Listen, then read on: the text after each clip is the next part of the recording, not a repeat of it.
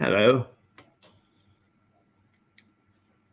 Fumblebum is at it again, but we got there in the end. And welcome to a sunny Monday. Lovely out there. Official weather forecast, 19 degrees today. Sunny intervals, light winds. Very, very nice indeed. Very pleasant. But for us, as usual, hard work. Now I've woken up again with Parkinson's. It doesn't go away. And so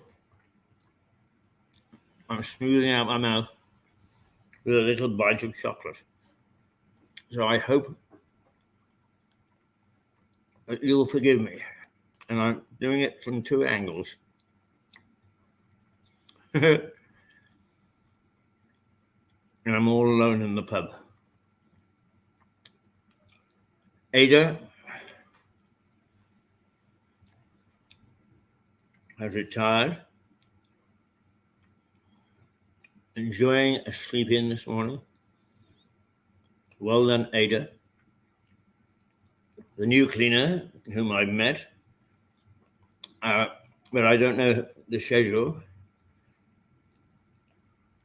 obviously doesn't come in at 7 o'clock. Not on a Monday anyway. So I'm left all on my own, which is actually awesome. To be in a pub surrounded by lakes of booze gives you a special feeling, believe me. But the team are getting out of bed right now, standing by, ready to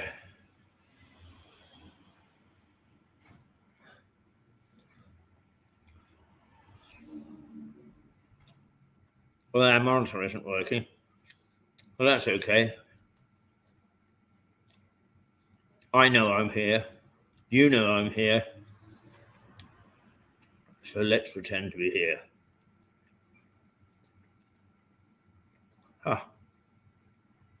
That's a nice feeling. Yeah, I'm real.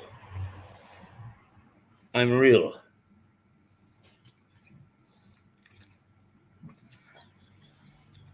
Okay.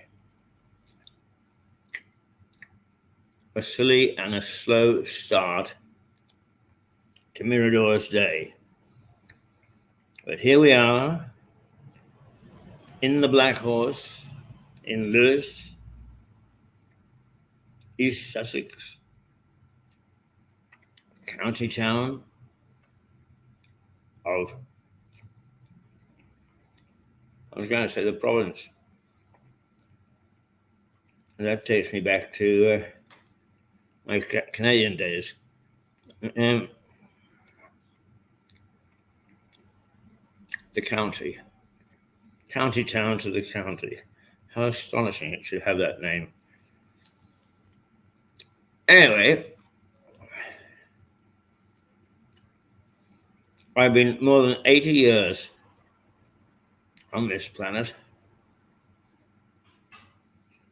thinking that I was a man when I was a boy, thinking I was a boy. But now I need legislation to tell me if I am or I aren't. And Rishi Sunak has said, listen,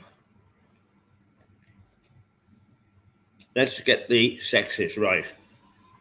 If you think you're a boy, you're a boy. If you think you're a girl, you're a girl. And if people are confusing you, it's time we told them to bog off. And that's the main headline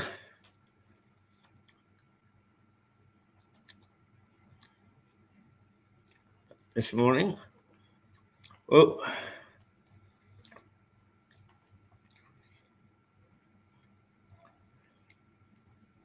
I can get that paper back.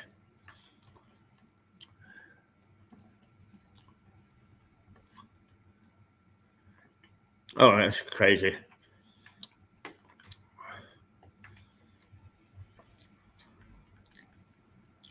Here we go.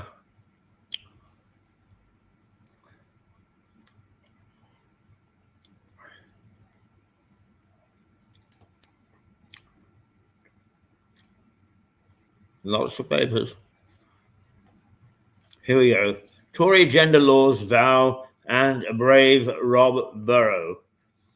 The Times. A Tory vow to end abuse of gender laws by predators. The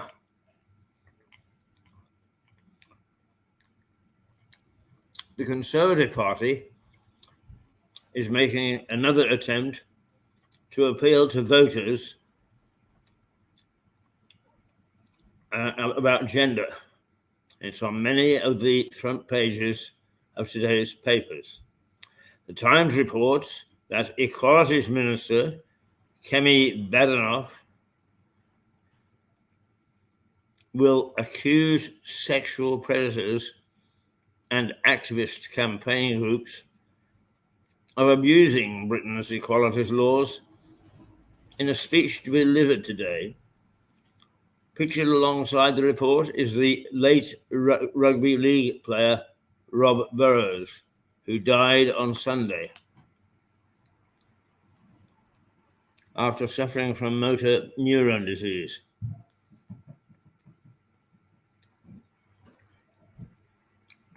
MND is akin to Parkinson's, so I know more or less what he went through. I'm sorry that it's taken his life at such an early stage, particularly when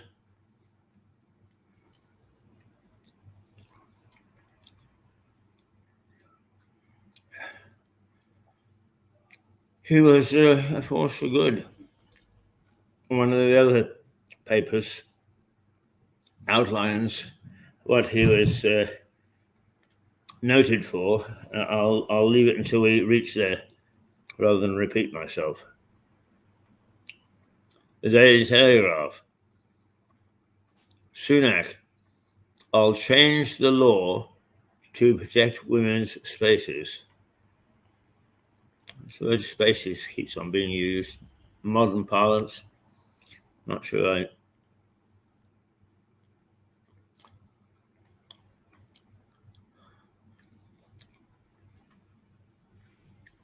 Not sure that I really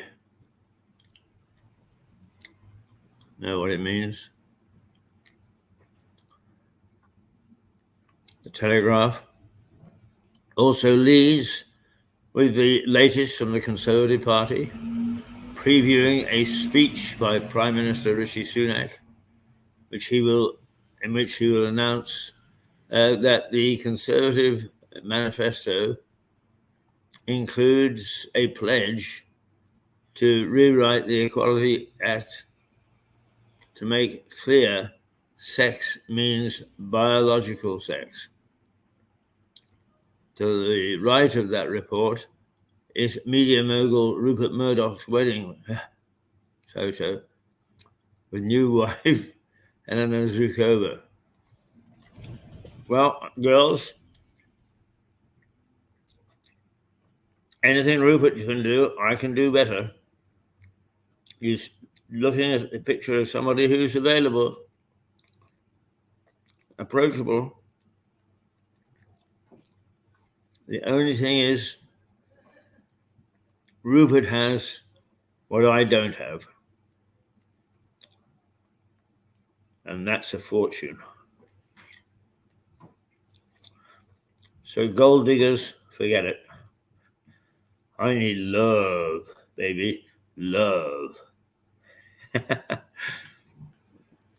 The Daily Mail. Just as an aside, it's a series that I enjoy reading in the Mail because I'm very interested in this case, which takes in Uckfield,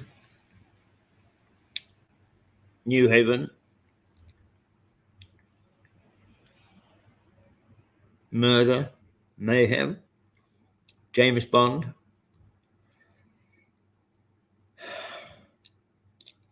fast cars, you name it. Sex is a fact of biology. Tories pledge a change in law to clarify sex and gender definitions to safeguard women. That's the Mail's push.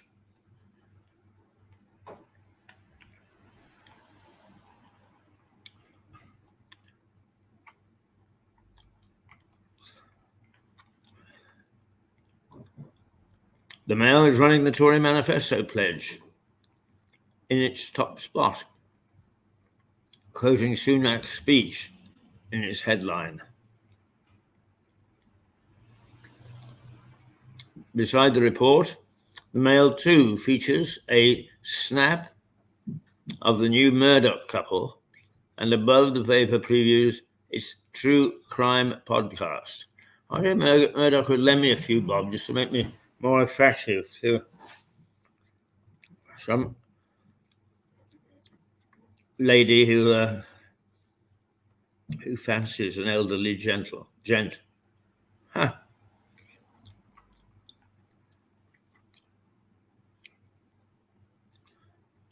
The Mail is also running the Tory manifesto pledge, quoting Sunak's speech in its headline. And beside the report, the Mail too features a snap of the new Murdoch couple, and above the paper previews true crime podcast.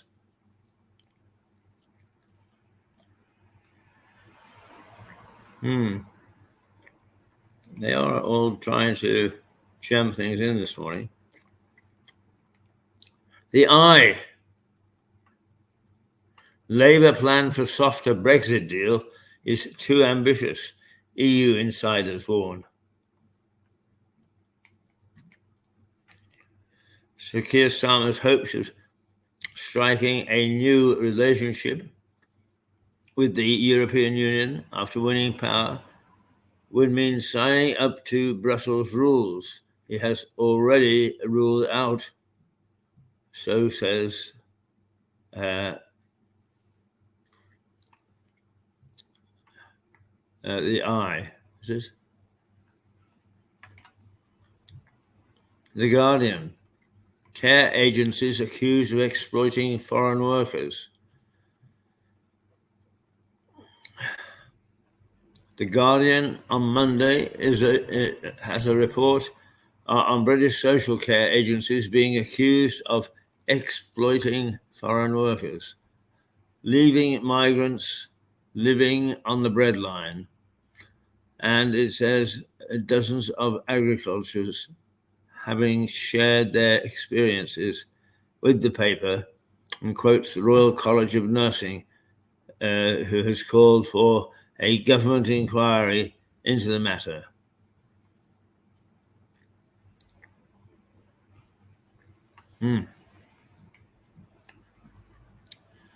Leading the Guardian on Monday. That's the one that we just seen. The Financial Times. Russia-China gas pipeline deal stalls as Beijing plays hardball over prices. It's quite an important story, that, because if they get a monopoly between China and Russia, then the West had better watch out. We are going to be in trouble. However, it looks as if it's run into its own hurdles. Somebody has got to back down on prices. The leading story in the FT details a major gas pipeline deal between Russia and China, which has stalled over what Moscow sees as Beijing's unreasonable demands on price and supply levels.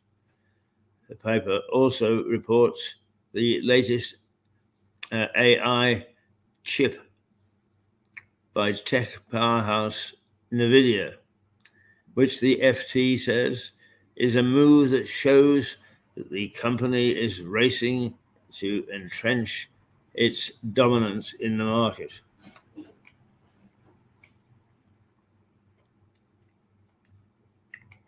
The Daily Mirror.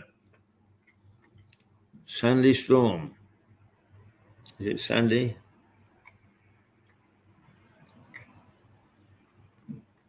In an exclusive, Stormy stood up to Trump and his bullies so the world could hear the truth. It'll be the day it comes out of something political. Why Melanie must now dump her lying husband. And she says, I've suffered horrific abuse. The scars will always be there. It also highlights Rob Burrow, 1982 to 2024, the rugby league star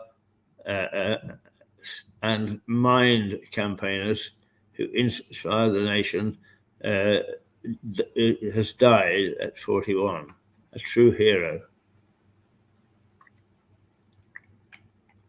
The Daily Express. He inspired the nation. Rob Burrow dies at 41 after a mind battle. If you're not of the sporting ilk, who the hell's Rob Burrow, you ask?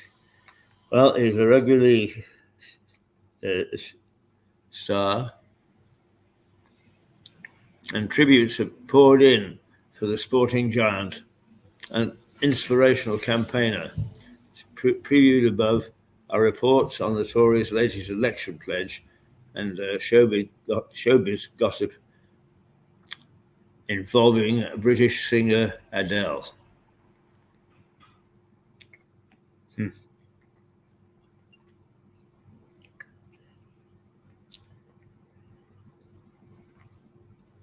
Daily Star.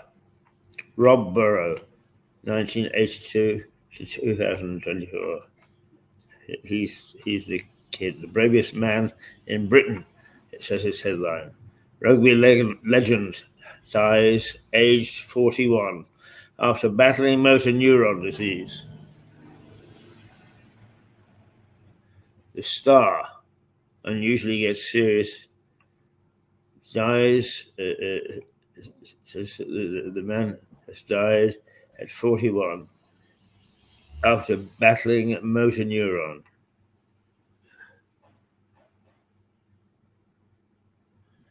The paper labels him the bravest man in Britain. Above the paper also features what it describes as England's secret Euros weapon, ahead of the football competition beginning later this month. It's talking about the Euros. Metro, Russian behind Wembley chaos. The hand of vlog, it says. In the top spot for the Metro, As a report that a notorious Russian vlogger offered £260,000 to disrupt the Showpiece Champions League final at Wembley. Elsewhere, the paper previews its Pride special travel section marking the first week of LGBTQIA Pride Month. Oh my God, it gets worse and worse. The Sun. Cup hero Jude hails his queen. The Special Mum. The Champions League final makes a splash in the sun, with England footballer Jude Bellingham pictured celebrating winning alongside his mum. The paper reports that Bellingham introduced his mum to Portuguese football manager Jose Mourinho, telling the pundit she's fancied you for years. Good morning, Michael. Good morning. His Deputy Chief of Staff has arrived. He's got the paper here. He's looking smart and bright, as if he is greeting the day, which is more than I am. How are you? All good.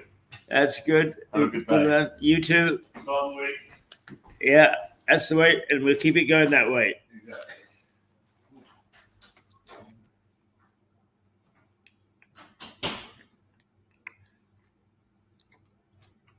Right, okay. Are you male or female? Tell it like it is. Now, I am hoping that very, very much a female is going to join us. Because trips to Tunbridge with her daughter, with whom she's reconciled, which is absolutely terrific, and with her clientele that she looks after, apart from appearing on Mirador, is Susie Cooper.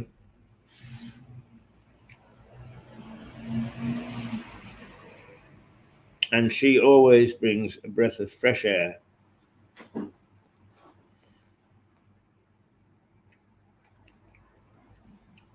I'm going to say into the studio, into the pub, with good all-round common sense. So I hope that she's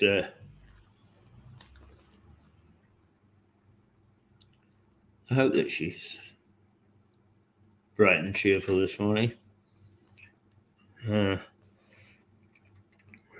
Finding somewhere to broadcast from in Tunbridge apparently is a bit of a nightmare. Anyway, we'll see. We will see. Been on holiday, she has. It's how much I pay her. She can afford to go on holiday.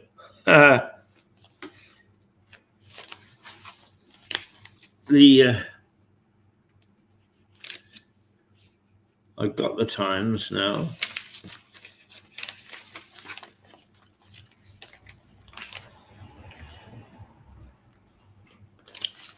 It reports on Rob Burrow and his death and the widespread admiration from a 5'4" league star at rugby league to national hero. And there's a picture of him in his wheelchair, surrounded by some youngsters, but also some adoring fans.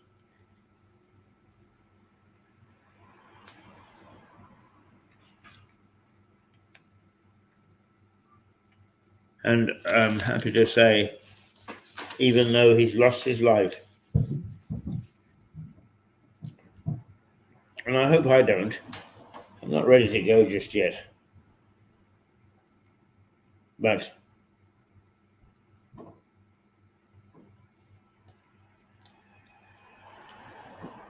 a terrific man who dedicated his life to not only fighting the disease, but also making contributions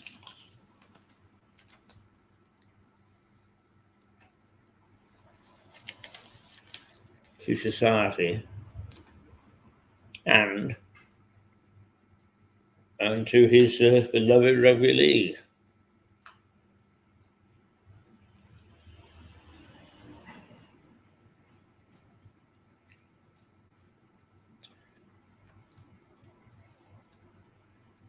I, along with several colleagues,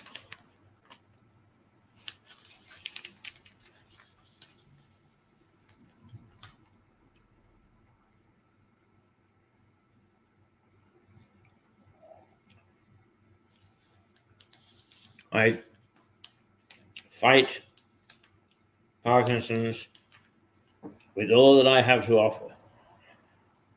And it bloody well exhausts me, I'll tell you. Nobody will ever give me any accolades because we don't make enough about it. I don't want accolades anyway. I'm very happy that I fight this dreadful disease that I've got and can pay tribute to a man who fought to the bitter end.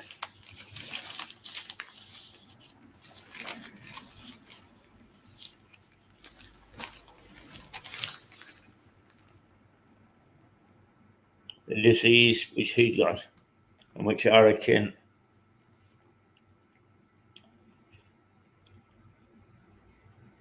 I don't want to end up in a wheelchair. If I have to, I have to. And from that wheelchair, I'll just go out and fight what I fight now. I just hope there aren't sycophants that say, oh, he did a wonderful job, we're full of admiration for him. So, because so many people don't care.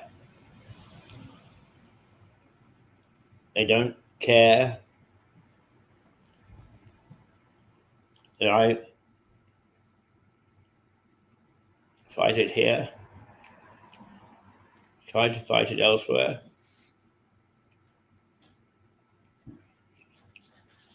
Hopefully do it with a smile on my face.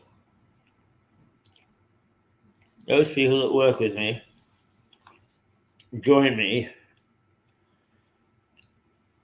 in this fight.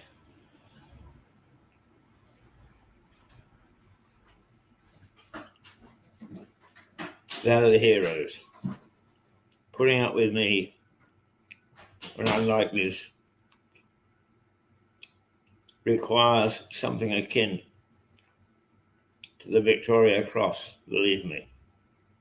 I'm not easy to get along with. I'm not easy to understand why I do things. But the fact is, I hope that in a decade,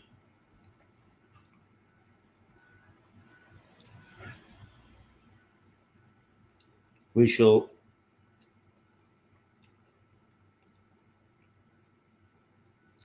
be in a position to treat Parkinson's as if it's nothing more than a headache.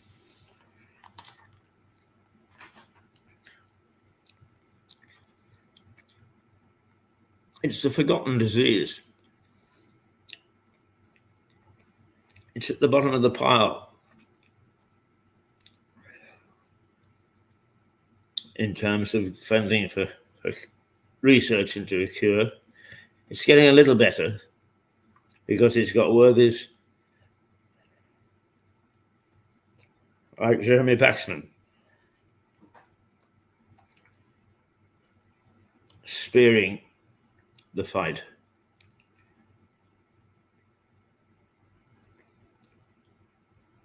Paxman like me depends upon speech for his living. Motor neuron and Parkinson's tamper with that. They don't take it away entirely, but they tamper with it. And that helps.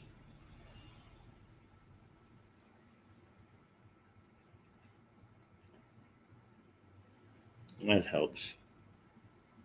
Well, it's 8:30, and we don't have a Susie. So I'm just going to ruminate for a while, bearing in mind that the effects of this disease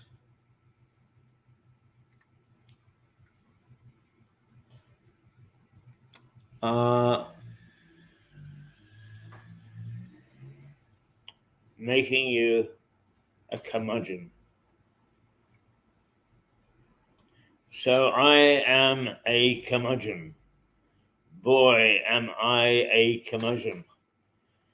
I get up everybody's nose. I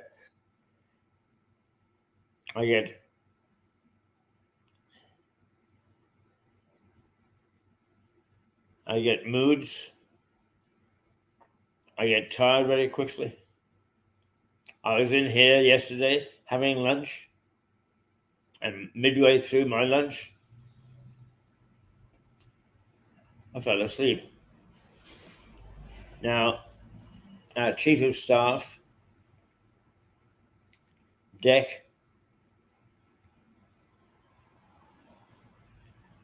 handles a bale of hay through the door, which is needed for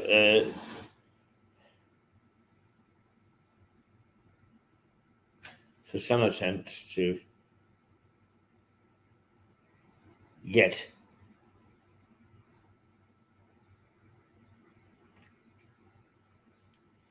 normality back into people's lives who are suffering from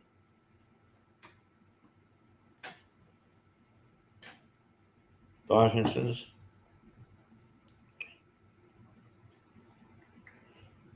Yes, let's say it is the mealy-mouthed bloody politicians. We must try and make things easy for you. You're heroes. Blah, blah, blah, blah, blah, blah, blah. Fill in this form, please. I don't want to fill in the form.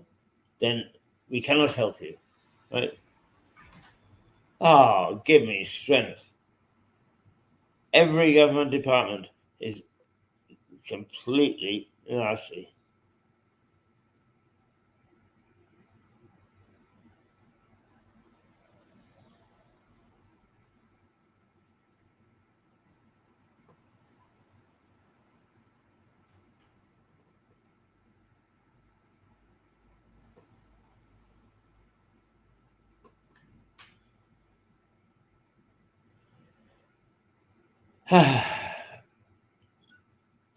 I feel like going to sleep right now. and I had a reasonably good night's rest last night. But Parkinson's takes out of you rather more than you think. So a couple of hours awake, alive, you need to make up going home to family, friends.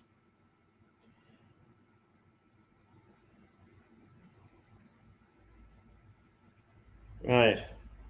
I can't hear you ask.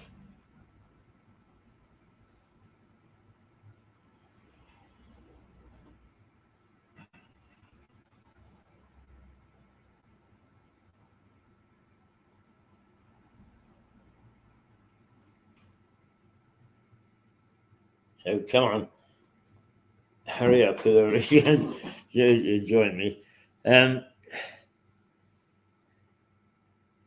One of the things that I meant to talk about is I'm very much male, um, and I'm over 80, so I don't see things in the way that youngsters see things. I sound like a Luddite. I behave like a Luddite. I give little shrift to the other side of the argument. It is not a good thing, this business of gender.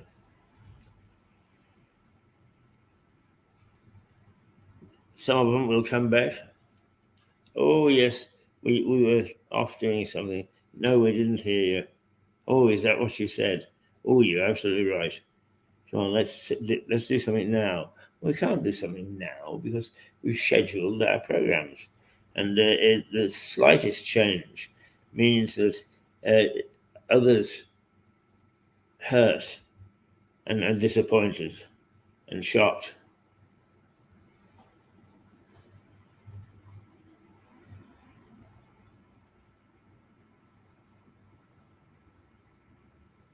When we expect one thing and we get another. But those people in the, what should we say, the satellite, like the rugby player, are considered a half decent personality by us, the sufferers.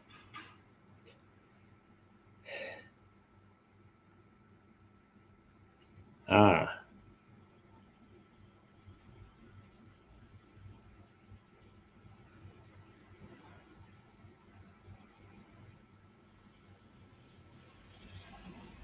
okay. Let's see if we've got something to amuse you on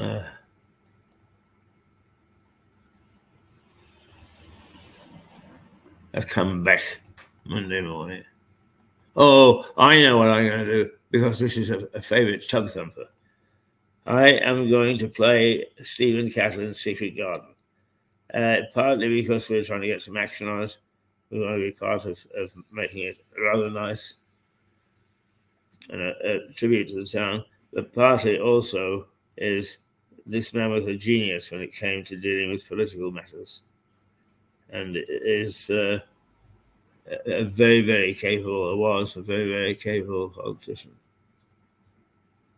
Okay.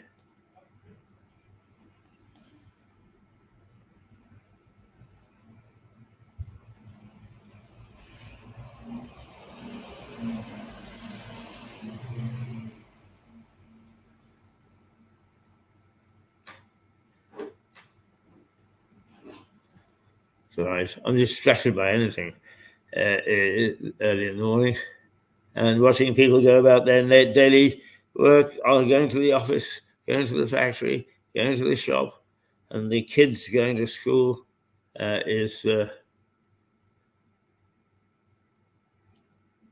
pleasure. But let's just take a look at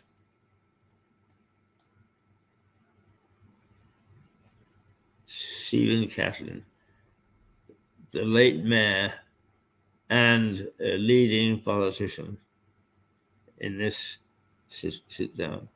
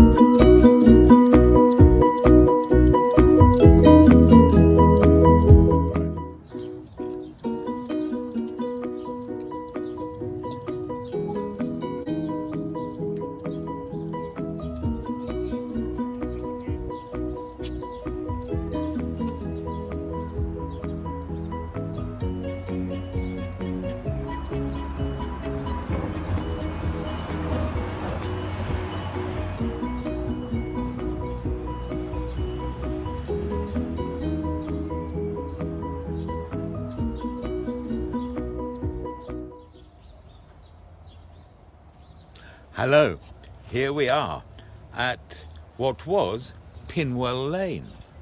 It ran up through here to the top of the High Street.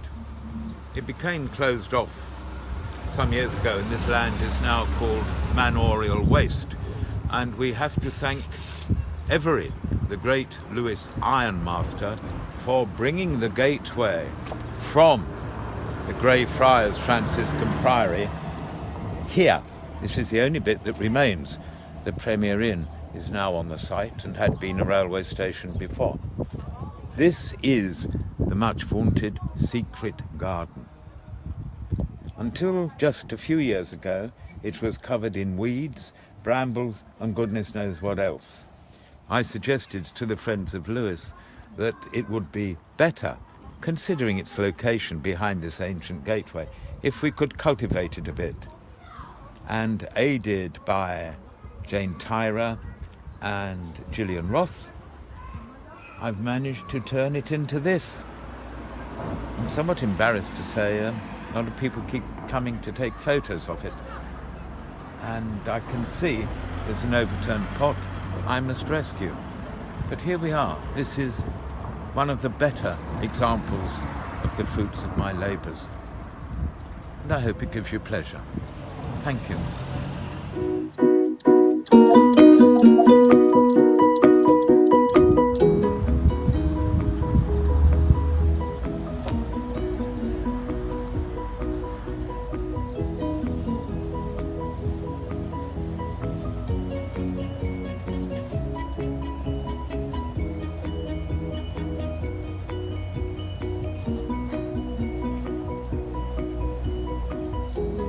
This, the family burial place of William Edwin and Anne Baxter. And dear little Emily in amongst the undergrowth somewhere. The hollyhocks will be butchered this week. But it is rather nice, the bizarre colours matching exactly how Victorian colour printing was done. But it will get a tidy up this week, I promise. Because it'll be me that does it.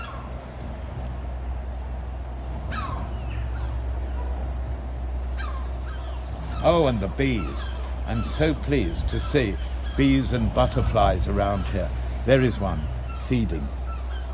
Isn't that wonderful? There's one bee I've saved.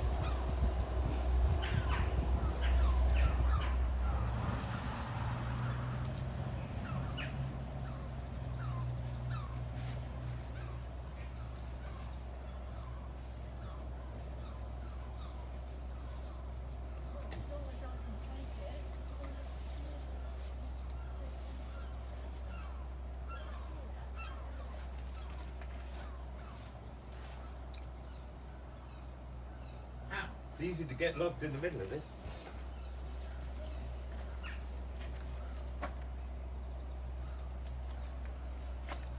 See, zinnias, nearly 3 foot tall. They're only supposed to grow a foot.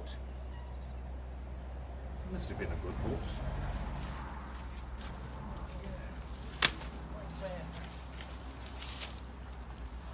So much colour. Well, I don't think death should be somber. It should always be a bit bright and jolly.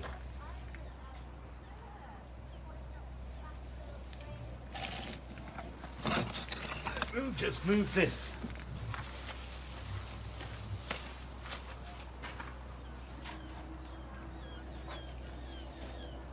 Let the colour radiate. That's it.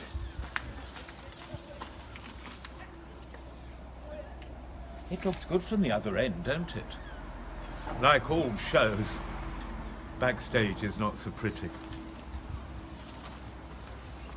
Mind the bricks behind you.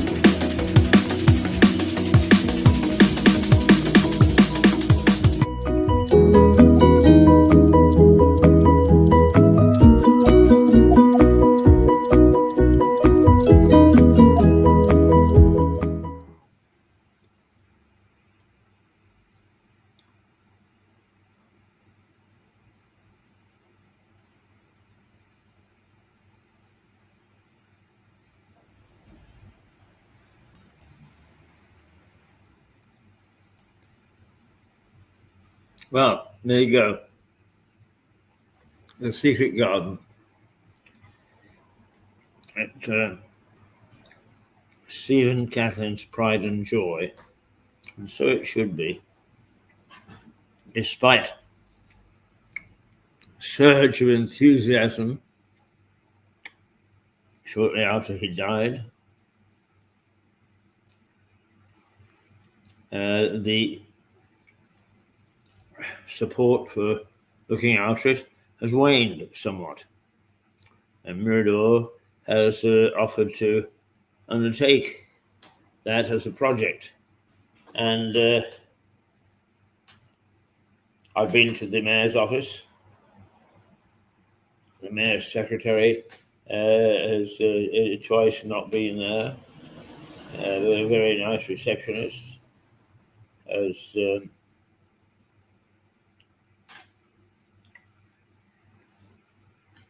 has kept me in touch with what's going on. Apparently, there is some sort of flower organization that has asked if they can do it. There doesn't seem to be much happened so far. So we're in a dual role of either ending up with it ourselves or keeping a human team looking after it. Oh dear, I had trouble getting that out. I do hope it's not going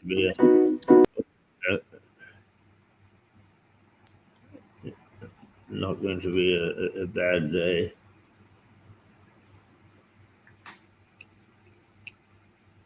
And we have asked for volunteers. And once again, a number of people got enthusiastic when the first idea was mooted, but nobody has come forward to help us and help us take it on as a project because it is a bit labor intensive. But we wish you well. We wish you well, and hope that the secret garden flourishes yet again.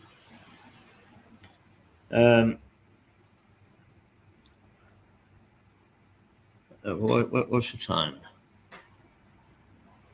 9:49. I guess Susie has been caught up this morning and can't join us. We'll see if we've got some other.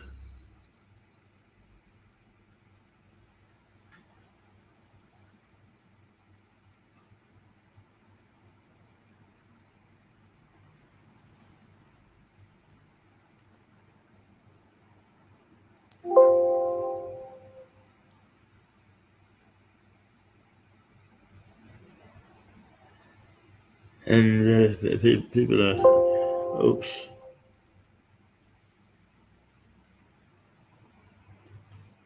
People are wandering around. Nobody in the pub at all. Just me. And we hope that we can fill the gap until we.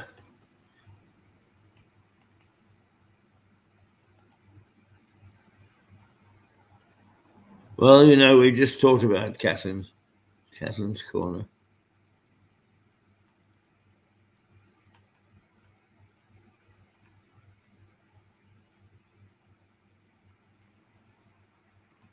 I thought I got more than one.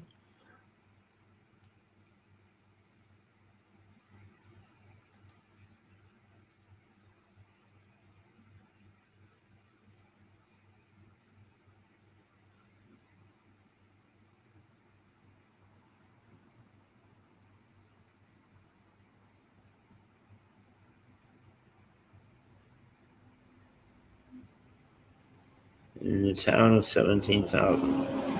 think that, because the other thing that we joined is the attempts by various groups to wrest ownership of Shelley's back into the fold of at least the council, preferably somebody in the private sector who will make it open as a hotel again and make it work. It is a beautiful hotel. SOS, save our Shallows. It's a beautiful, beautiful hotel, and sitting rotting. And not only that, but people have not understood, these people in authority, that it is a hotel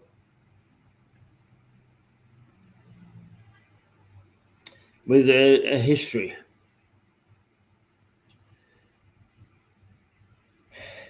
If you care to read up on Shelley's history, it's a fascinating one. Been a political campaign unit.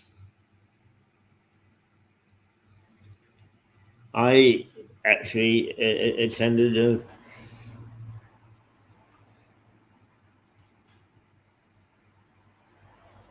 a committee meeting to save certain parts of St. Michael's Church there. There's a lovely, lovely lady, very gracious. And her name is on the tip of my tongue, because God bless her, she's gone now.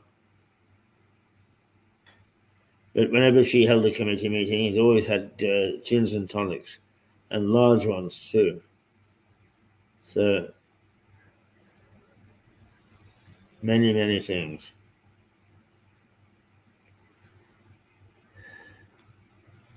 No,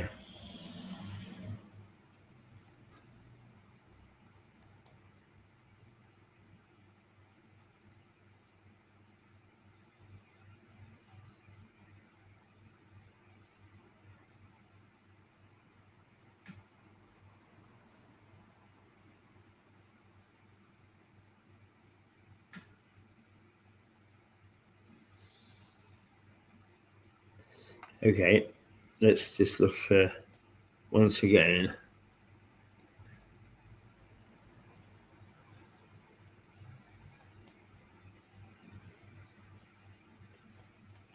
Into the files. Oh.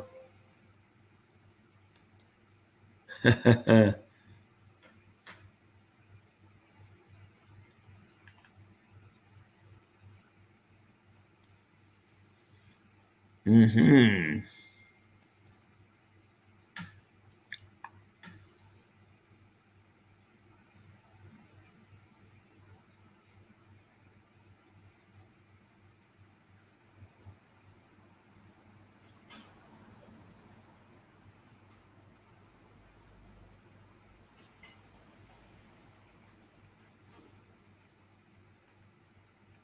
Well,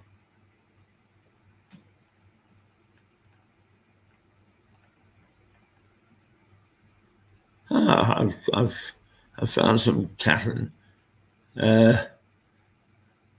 Here's one with Stephen Catlin rabbiting on about council tax, and why not? Favorite topic.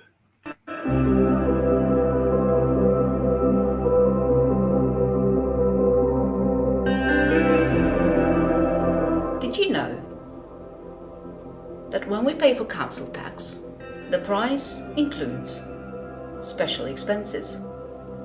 What are they? Stephen Catlin will explain.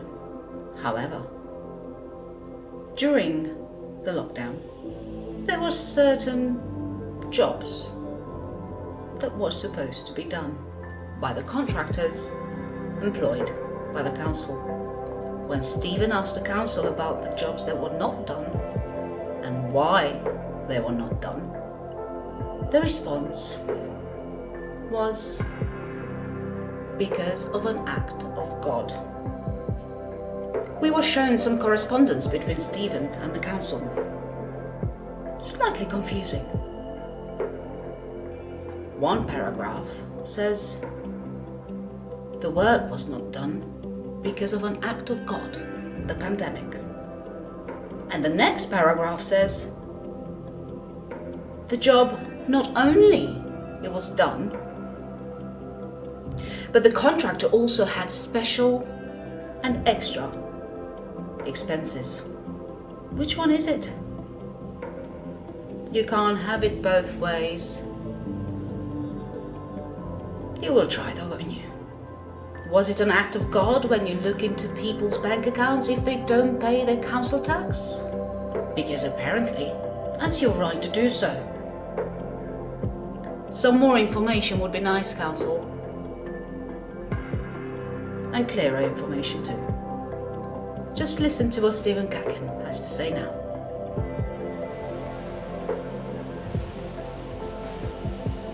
Here we are in Malling, part of Lewes.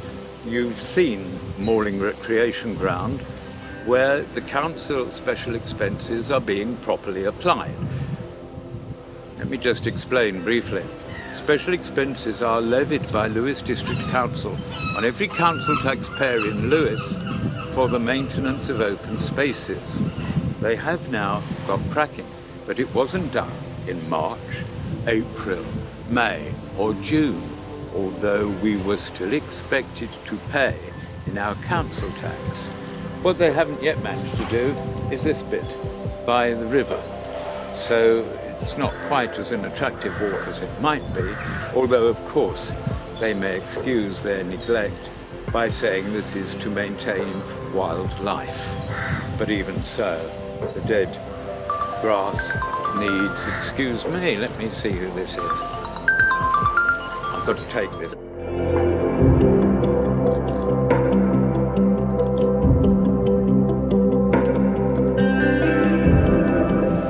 This bit had not been cut back.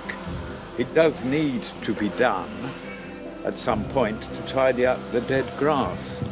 But we'll see.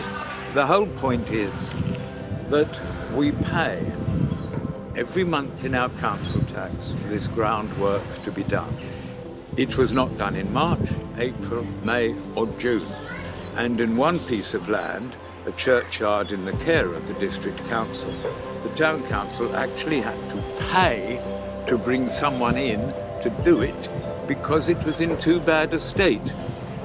District are saying the contractor is catching up, but nevertheless we have paid for work that has not been done. I mean, even if the grass was 2 foot high, once it's cut, it's cut. It just hasn't been done when it should have been. And I pay on my council tax about £387 per annum. That is the second lowest. Band A will pay less, bands C, D and D will pay more. I don't see the difference between this work that has not been done, yet being charged for one, and a rogue roofer charging someone for not re-roofing their house. That becomes a criminal offence. So I really would like to know how District Council justify this, and it would be good to have a more public answer.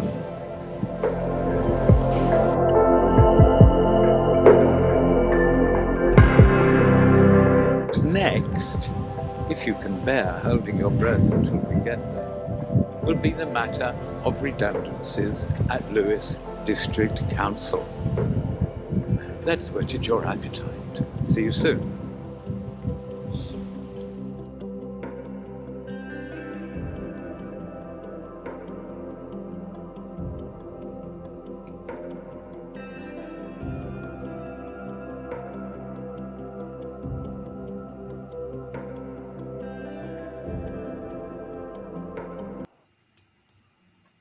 Well, if Stephen is watching from the grave, I'm sure he would probably say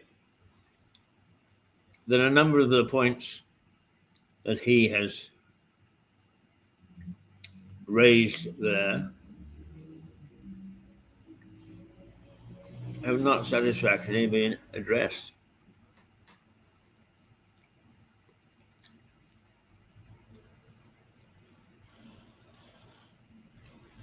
The redundancy issue is that the council, because of its way of behaving, and this wasn't the Greens, by the way, who are in power at the moment, this was the Tories.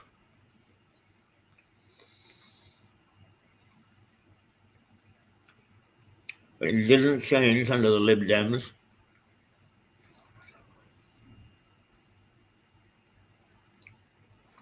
And they were noted for not addressing the issues raised there. I think we'll ask, when we get a chance,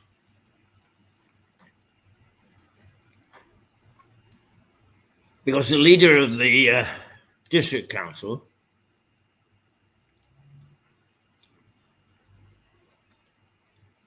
has not only failed to show on Mirador,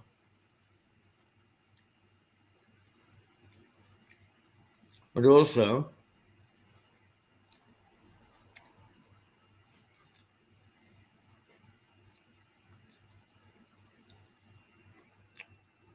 has not given any reason why.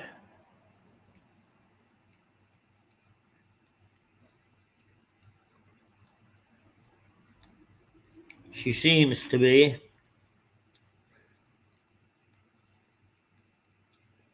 a powermonger. We had James McCleary on. We have to be careful just for a day or two what we say about James McCleary, because I believe we're in that stage, it's called Purdah, where until the whistle is blown on Wednesday,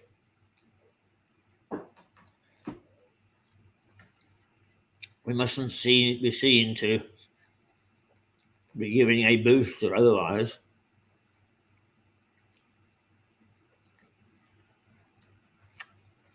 to any of the potential 6 candidates running for Member of Parliament here.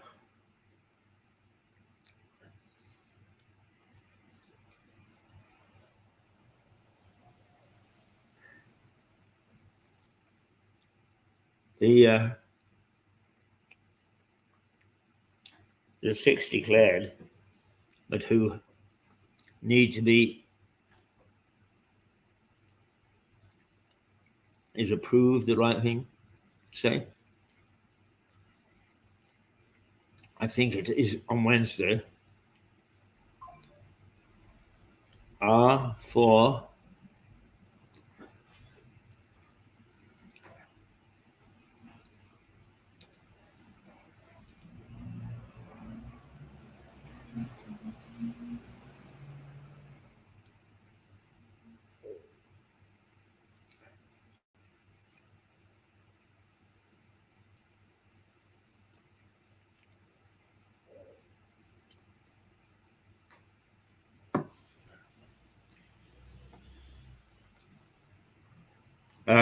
there's 6 candidates.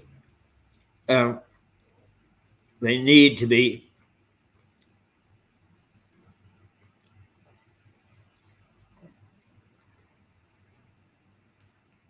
approved. Make sure there's no funny business. As I recall, there's Conservative, Labour, Lib Dem, Green. That's 4, isn't it? One funny one obviously there to take the mick. And I think an independent. We have our request. The moment that the starting gate is open, a request to interview each one of these. It is essential that if we interview one, that we offer the same facility to the others. We are a very, very open organization.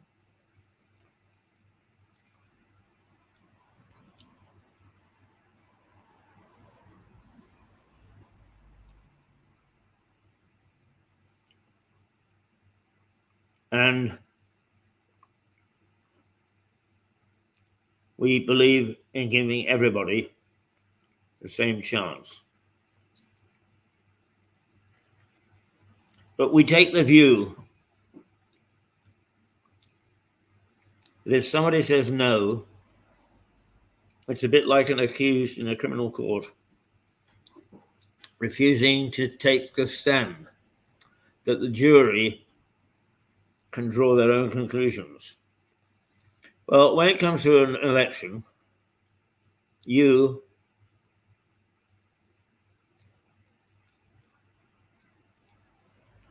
are the jury. And you can draw your own conclusion if a candidate refuses to appear. And we take this view that if they have failed to appear and will not outline where they stand on various issues, to come clean on some of their own actions, to withstand a reasonably intense but not biased, and I stress on that, not biased interview, then you can draw your own conclusions.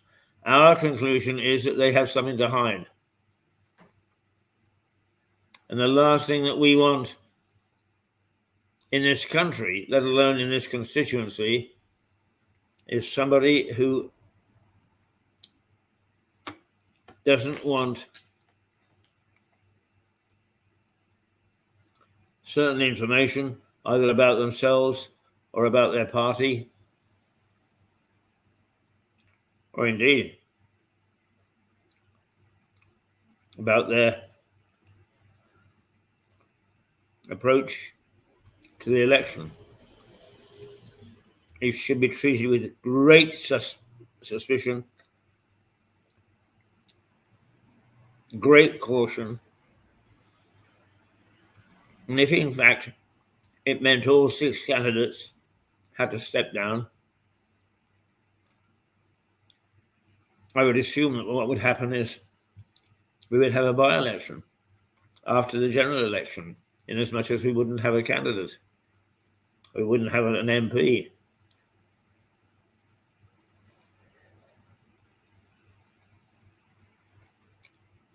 So forcing a even reluctant vote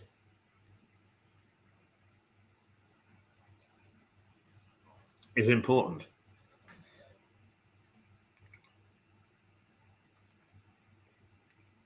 You know, it's small, not nationally known media outlets like ourselves, Mick Symes, blogs,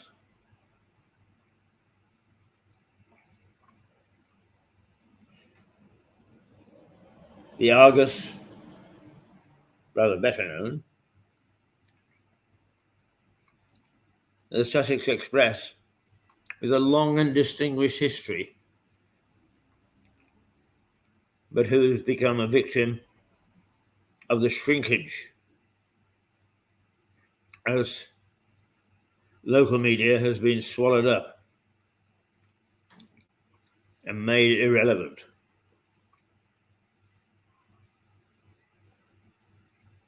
How to make a birthday cake is hardly here or there when it comes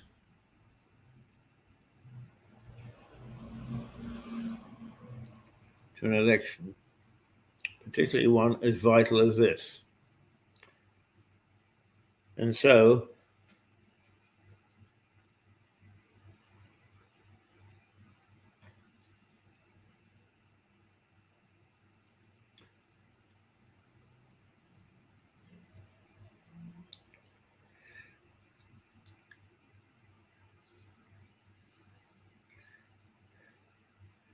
we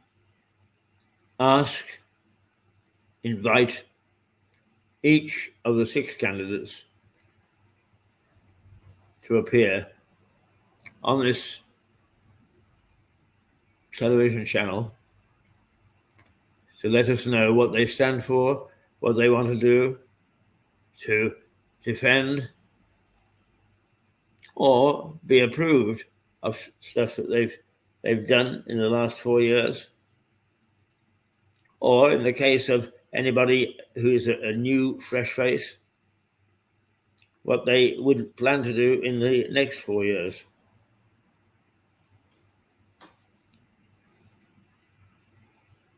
It's important that we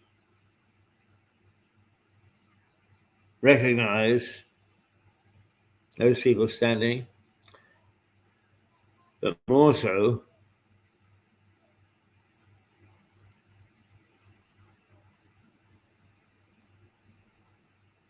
that we know, particularly in these difficult times, what they stand for. You know, Harry Atherton, who's coming up next, would tell you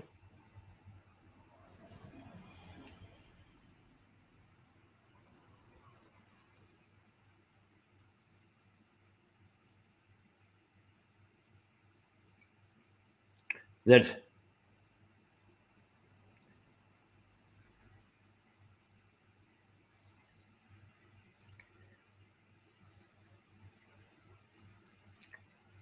he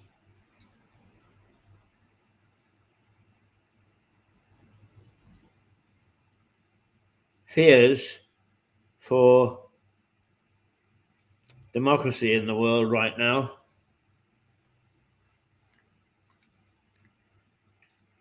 and that there are a number of issues facing us nationally that we need answers and solutions to. And that if we're going to put somebody in situ in the House of Commons, that they should be useful, not attractive, not liked,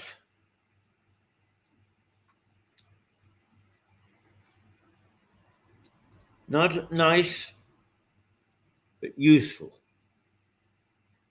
That their tenure, whether it be 4 years, 8 years, 12 years, should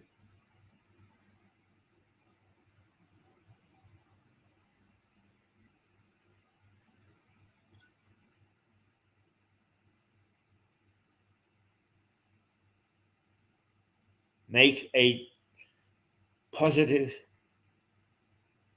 and meaningful contribution to our life, both on the planet, in our backyard. And it's essential that we get that from dedicated people who are prepared to give and take.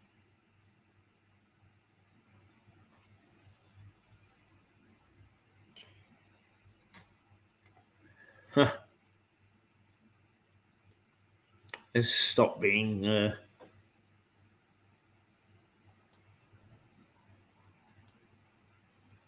so serious, shall we?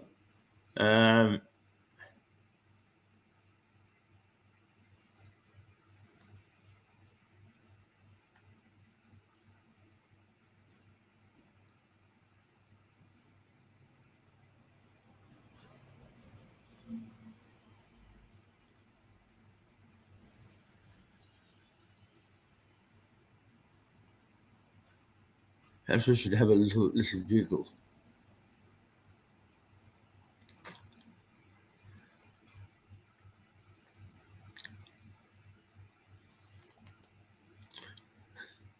See if we can find something to giggle about.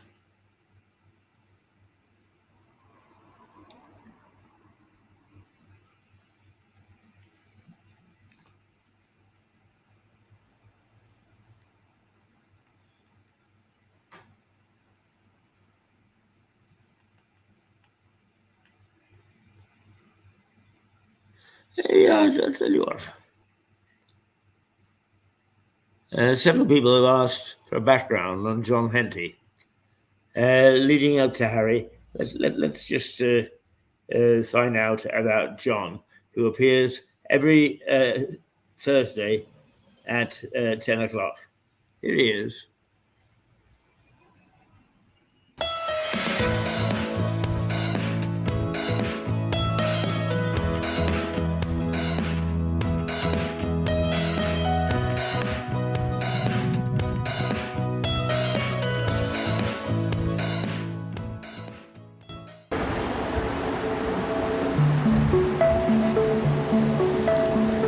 Behind me you can see the cancer research shop windows, but they are unusually empty.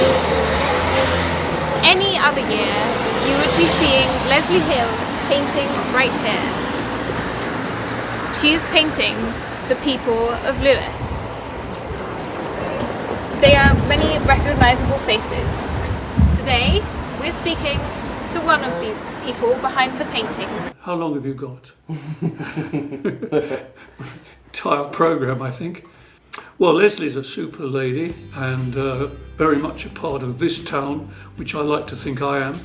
And I used to see her in the windows and I noticed all the wonderful portraits there of famous people, obviously. But basically, Leslie was a friend. I used to pop into her shop, the cancer research shop, and we got to know each other. And I think she suggested that perhaps I had a portrait, and I thought, well, not a bad idea. Why not? Bit of fun, and it's raising money for a good cause, cancer research or RNLI. So I said, yeah, fine, okay. I didn't do a sitting or anything like that, and it's wearing that scarf. So yeah, I was very pleased to do that. It's a bit of an ego trip as well, but why not? And all the other side of it, obviously, people with their pets and children and, you know, memories, which are terribly, terribly important. I was born in 1936, which is a long time ago, but it was a very good year because we had 3 kings. The Crystal Palace burnt down in London, and I was born in Croydon, which is South London, in Thornton Heath, which is even more South London. So that was me, born in 1936, only child. Mum had the baby in a nursing home because in those days women did do that sort of thing. And of course it was just before the Second World War. So what I remember of the Second World War is very little, except for one thing, and that is that as a small child, as a baby, I used to be fed banana mashed up with cream and sugar. And obviously the war meant there were no more bananas. And so as far as I was concerned, I wasn't really too bothered about Adolf Hitler and what was going on. I was far too young, but I was very concerned that there were no bananas. And on one occasion, I was in Southbourne in Bournemouth, which is, we were evacuated there, the family. And the greengrocer was serving in the Far East, and he brought home some bananas, and he raffled those bananas, and one of them was won by my girlfriend at the time, who was called Mary. Mary knew that I liked bananas and offered the banana to me. And would you believe it, I actually refused to have it, because I had read somewhere that Adolf Hitler was dropping identifiable objects into the streets, which, when you picked them up, exploded. So I thought that she was handing me an exploded bomb as a banana. But finally I did accept it, and then I had to decide whether to mash it or whether to slice it up. And that was a big decision at the age of about 7. I went to a school in Croydon. The careers master, on one wet day similar to today, went round the class and said, "What do you want to be, Martin?" "All right, I'm going into banking, sir." "Right, that's good, fine," said Percy Ewins. "Dean, what are you going to do?" He said, "I'm going to run a cafe, sir." "Fine." "Henty, what are you going to do?" And I said, "I'm going to broadcast." And then the bell rang at the end of the class. And so that was the only career advice I received, nil. So it was a bit frustrating. I did national service. I served in the Royal Air Force. 2728589 is my number. If there is a Third World War, I will probably be serving the Queen with my Olivetti, because I was a typist in the Air Force for 2 years. Came out of the Air Force, went back to my first job, which was Shell Petroleum. I worked for Shell because my father worked for Shell. I got very fed up with it because I was a number. I wanted to be an individual. I've always believed in the individual. I decided that the best thing to do would be to get into journalism. So I applied to a newspaper in Croydon in 1958-9. I was accepted by the Croydon Advertiser, and I became a reporter on that newspaper. But after that, only 6 months later, I had a rich uncle in America, or at least I thought he was rich. His name was Uncle Harry, and he was a horse polo trainer for the Santa Barbara Polo Club, which is big time on the west coast of America. So I wrote to Uncle Harry and I said, would he support me if I came over? I wanted to learn about radio in America. Foolishly, he said he would. I wasn't able to work in broadcasting because I wasn't a member of the union. So I used to do English voices. I was quite good at this. Very nice. I'd say, why don't you go down to Chuck's Motorola and TV on State Street? They've got an amazing bargain. John, that's very good. Could you do that again, John? So that went very well, but ultimately I got homesick. I missed my girlfriend at the time, so I decided to come home. And I came home, and would you believe it, I went back to the Croydon Advertiser, and that's quite enough up until 1962. There's more. Well, all right, 1962, the job came up with an airline called British European Airways, BEA. Famous airline at the time, now part of BOAC or British Airways. And so I applied for the job as a feature writer with BEA, got the job, and for 5 years, an amazing 5 years in the 60s, when I accompanied the Beatles to Stockholm, Sean Connery and James Bond to Istanbul, Fall from Russia with Love, Hayley Mills to Crete, an amazing job for 5 years. Why did it end? It ended because the BBC decided to open local radio throughout the UK, and that's how we get into broadcasting. I applied for a job and amazed myself and everybody else by getting the job as sports producer for BBC Radio Brighton, which of course is not too far from the lovely town of Lewes, and we covered Lewes by radio throughout my entire career there. I was 10 years full-time staff at BBC Radio Brighton. In fact, one of the first presenters, and my main programme was at 5:30 in the morning. Now you're going to say, who the heck is watching or listening to the radio at 5:30?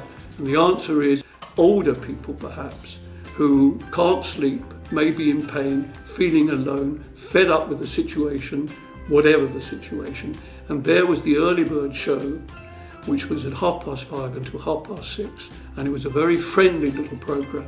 We had a mascot worm called Whirly, who used to talk to people. Hello, Whirly. Hello. How are you? I'm not very well. You're not very well, Whirly. Why is that? I'm tired. You're tired? I'm sorry about that. Are you going to go to bed? No. Why not? I don't like that. That sort of thing. That went on and on and on, and people had photographs of Whirly the worm. And the other thing we actually adopted a duck to raise money for a wildfowl trust. And so we had a competition to see who could name the duck. And the winning entry was called Mrs. Feather, which is quite a nice name for a duck. Why did the programme end? Because the BBC couldn't afford to pay me £70 a week to get up at £70 a week to get up at 5:30 in the morning. So they decided to axe the programme. There were protests. In point of fact, there were petitions outside the building, letters to Mrs. Thatcher at the time. But of course it had no good whatsoever, and so the programme ended and I vanished off the airwaves. But what I did was I moved wisely to Lewes. I built my own radio studio in a garage, and we produced programmes for hospital radio throughout the United Kingdom for 6 years, and they had star guests like Petula Clark, you name it, we had star guests on this programme. And I've still got every single one of those audio cassettes, and equally on an MP3. I like MP3s. Tiny little memory stick, put it in, press a button, and I can see any of those programmes or listen to any of those programmes with all the star names. I'm running out of voice. People in the street, the good thing about radio is people don't recognise you. I was recognised once when I was going to Brighton railway station, crossing the road just to get to the station, and there was a guy from St Dunstan's for visually impaired people, blind serviceman. And seeing that he was about to cross the road, I said, are you okay? Can you want any help? And he said, no, I'm fine, John. Now, this was a blind man, but the point is he recognised the voice. That's the nice thing about radio. Now, radio was very personal in those days, and that's why, in a way, people sort of reacted well to it. People say, have you changed, John? And I say, no, I haven't changed at all. But what has changed is radio itself. It's become obviously far more sort of news orientated. It's got to have the weather, it's got to have fitted slots, and also tight programs of music. I could do anything I liked for that 1 hour, basically because the manager at the radio station wasn't listening to the program, so he had absolutely no idea what was going on. On one occasion I actually did the program naked, but the good thing about radio was nobody could tell. You see, it was a very warm day, I have to say. And you might say, well, what about other members of staff? Weren't they affronted? And I said, well, there weren't other members of the staff, because I used to open the radio station, actually front door, go in, pick up the weather and ring up the bus station to find out about the buses and the trains. And I was on my own for at least the first 45 minutes. So radio has changed. There's far more of it now. Commercial radio, of course, I wasn't commercial radio. And I'm a little disappointed with the way that it went, but that's change, isn't it? Everything has to change. When I was working in radio, one or two listeners wanted a record played, and instead of phoning in, which is how things are done, they would write it. Very often you wrote in and said, could I have Engelbert Humperdinck singing, or the Beatles singing? And to get their postcard or letter to my attention, or anybody's attention, they would occasionally put them on postcards. And some of the postcards were Mabel Lucy Atwell postcards. She was famous as a postcard illustrator. And I used to say, for want of something to say, my goodness, you've got another Mabel Lucy card here. They're really nice. She was so charming, wasn't she? Everybody thought that was good. I decided to find out who the hell Mabel Lucy Atwell was. Did she exist? Was she Walt Disney in disguise, you know? So I actually found her family. I travelled across to her family, who lived outside Marlborough in Wiltshire. I met her daughter, Peggy, and Peggy did an interview with me that was on Woman's Hour, which is a programme on the BBC, Radio 4. and it told this story that had never been told before on radio.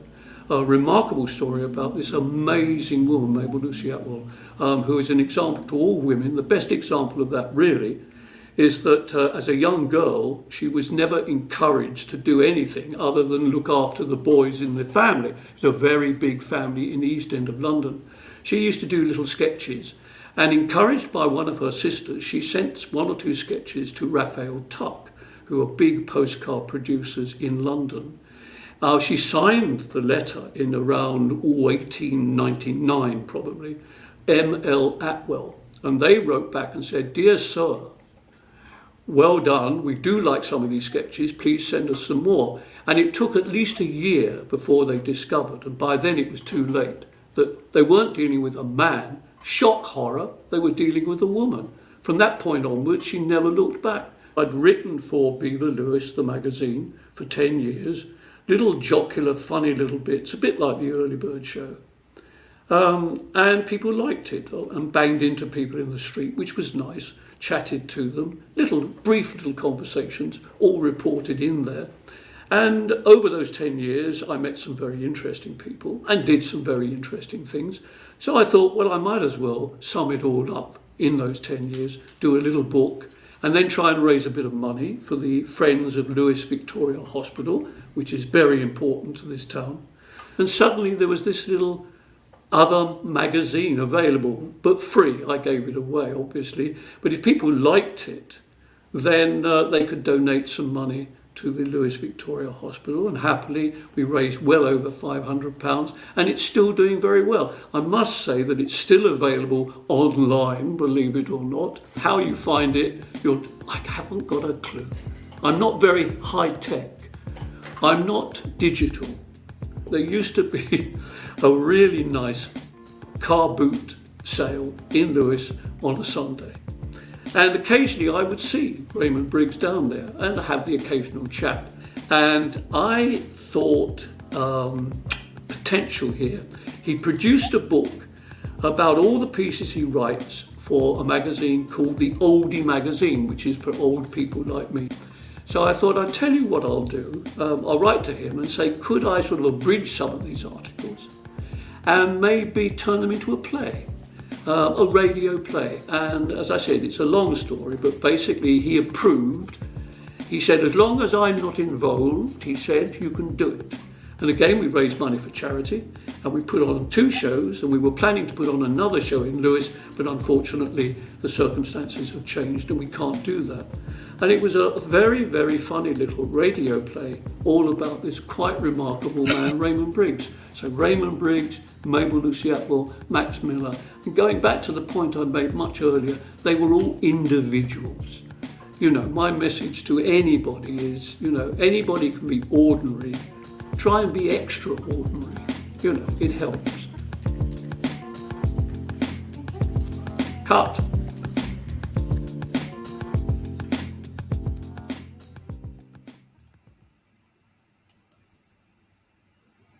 Now, John Henty appears at 36, 66, 67, I think. 87, rather, on Mirador television in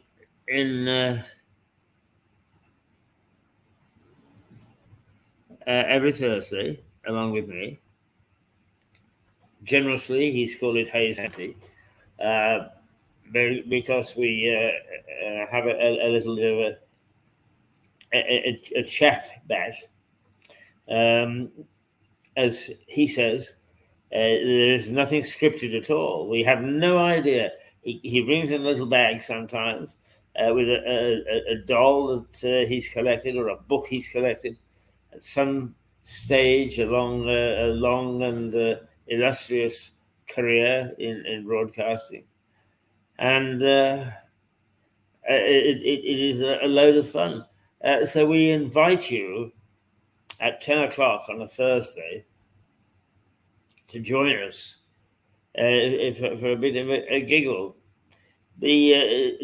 John spends a lot of time making sure that the Max Miller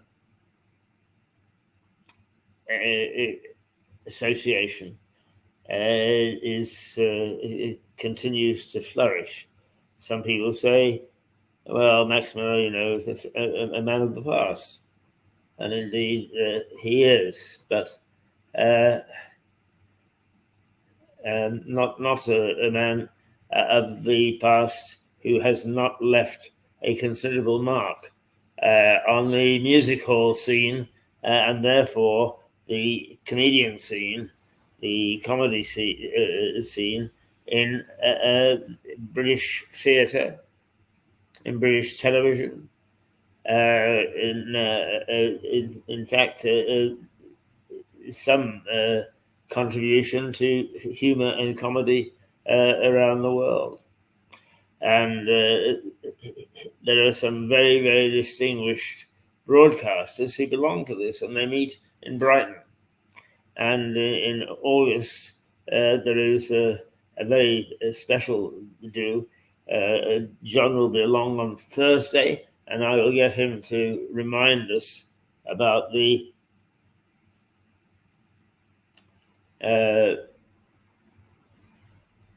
details of this issue, because we are all invited along, and I for one, intend to go. I don't actually, it sounds sometimes as if I'm boasting that I've got Parkinson's, and I don't mean to make it sound that way. What I do is I actually talk about it for two reasons. First of all, it is the forgotten disease, and it devastates some people mentally. It's devastated Jeremy Paxman, who really is very unhappy that he's got it. Well, I'm unhappy that I've got it too, but it is what it is, and you have to put up with it and go for it, and so on. And the reason that John likes having a duel or a duet with me is because we're both long in the tooth, and we don't have a script. We have no script whatsoever. And the Max Miller organization really was the first stream of consciousness, entertainment. A stream of consciousness meaning it just comes out of you. You don't go according to a script. You don't have a set way of doing things. And that's the way we do things. And sometimes it's funny, sometimes it's not. But it is what it is. And John and I do things. But back to Parkinson's, and there's the reason that I mention it is we try very hard to raise awareness and to raise funds for treatment, and feeling that we are the poor country cousins of appeals of this sort, that we are forgotten. So John does a tremendous job, a wonderful job, keeping us going and raising awareness of, it's comedy of the past, but also the fact that some of us are not as fortunate as others in being able to go into either a middle age or old age or any age at all, for that matter, without being weighed down by disease. Or they don't even call it disease now. They call it condition. conditions. That's John Henty. And he mentioned there Raymond Briggs. You probably know Raymond Briggs mostly from both the television cartoon and the book, which is shown every winter, every Christmas, called The Snowman. And it is Raymond Briggs's visual interpretation of a magical snowman who befriends a little boy and takes him on a magical trip to visit a convention of snowmen, I suppose you call it, and then takes him home, flies him over Brighton to see what's happening at Christmas time at land and sea. But it is visual, and it's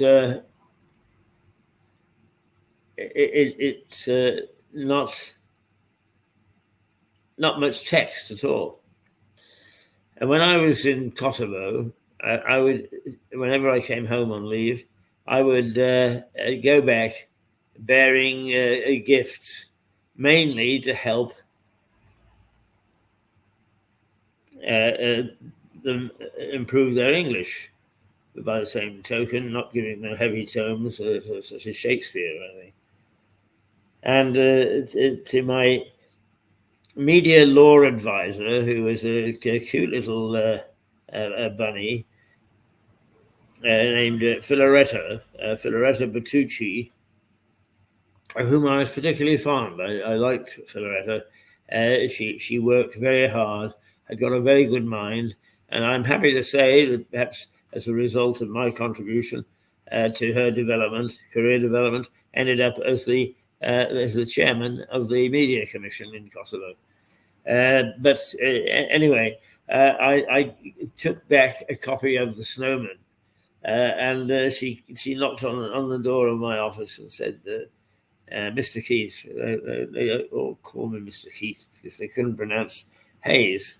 So I became Mr. Keith.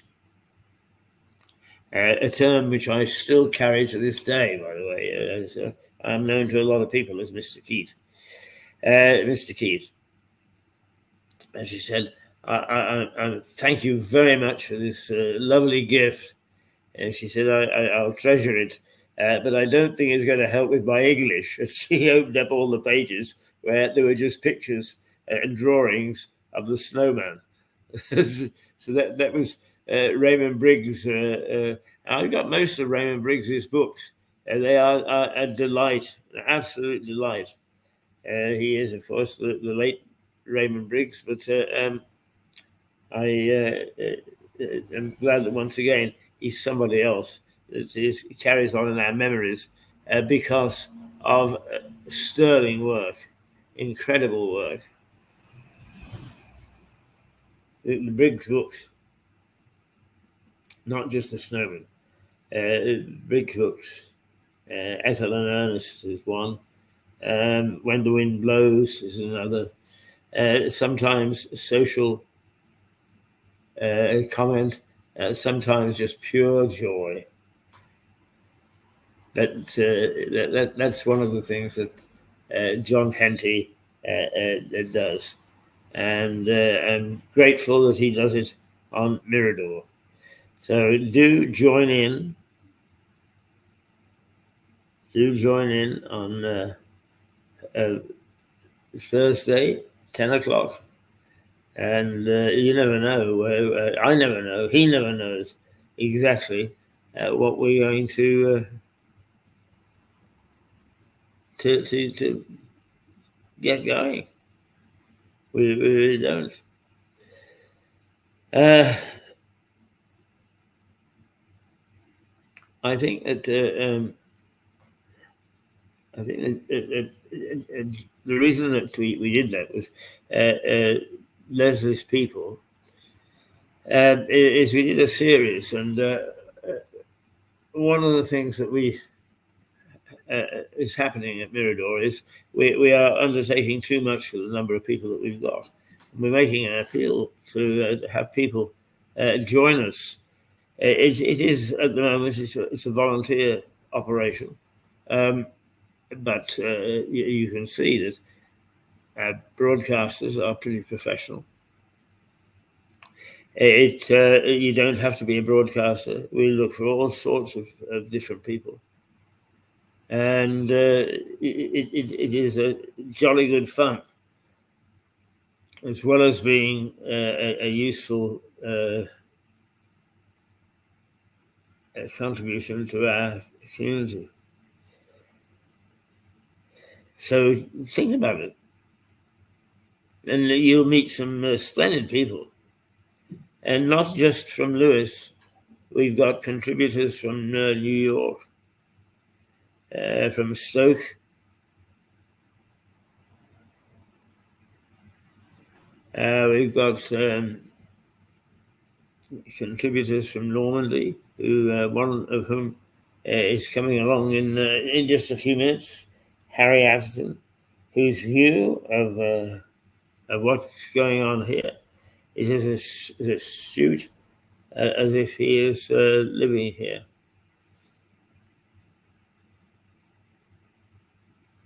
So that's John.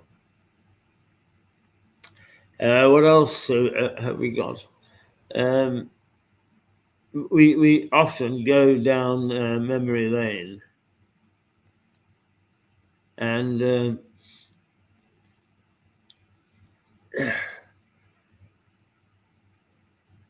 there's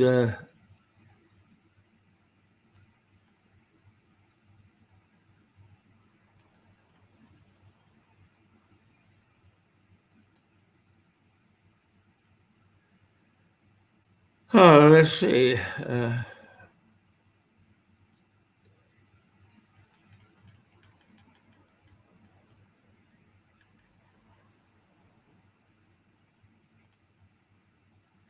There's something here that it's just got a number and not a tag. So if I have to take it off quickly, I'll take it off quickly. But let's see what it is.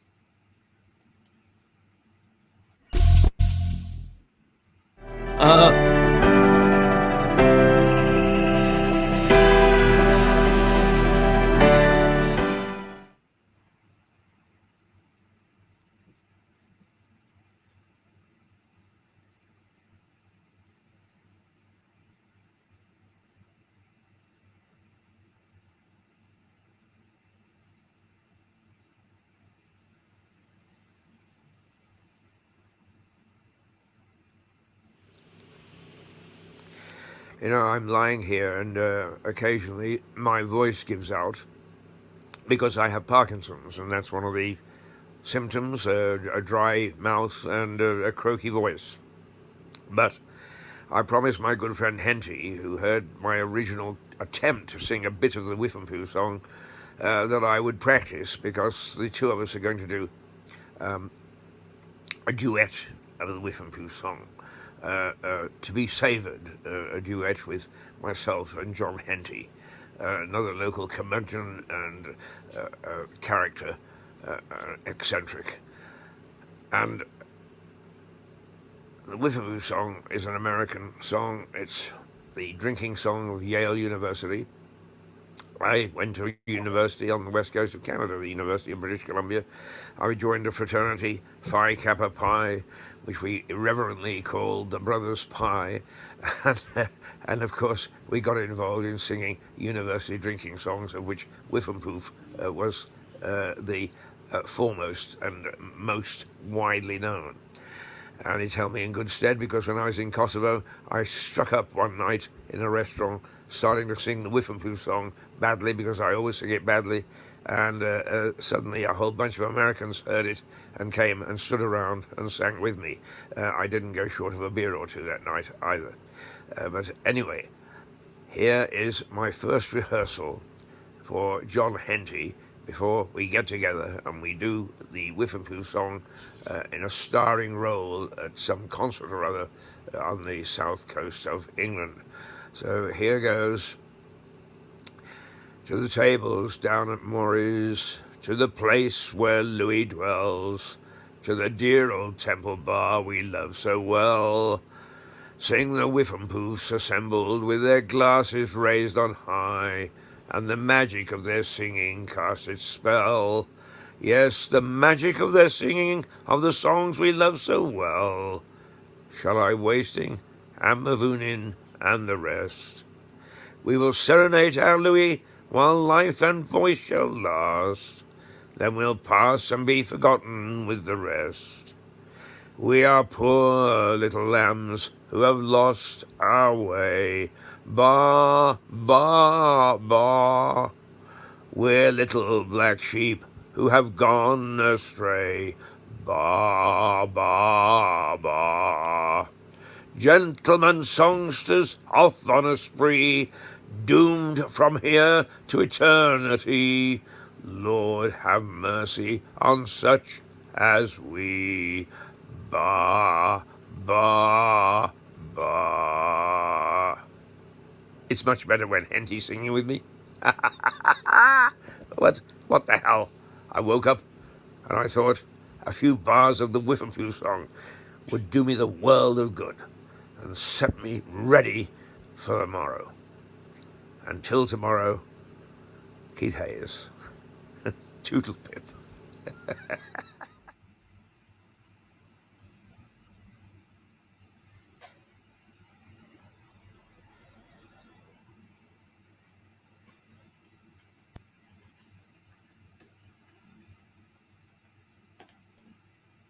I played that for John last Thursday, and he did enter into the chorus with me.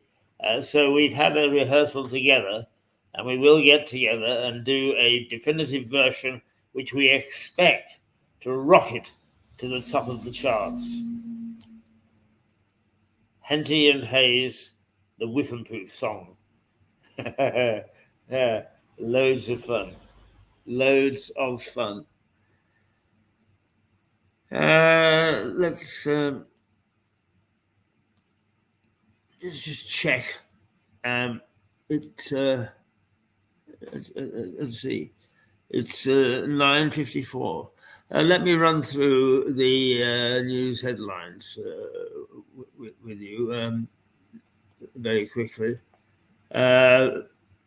We've got 5 minutes before Harry comes along. As the Times, the Tories vow to end abuse of gender laws by predators. The Conservative Party's latest attempt to appeal to voters makes the front page of many of the papers on Monday. The Times reports that Equalities Minister Kenny Badenoch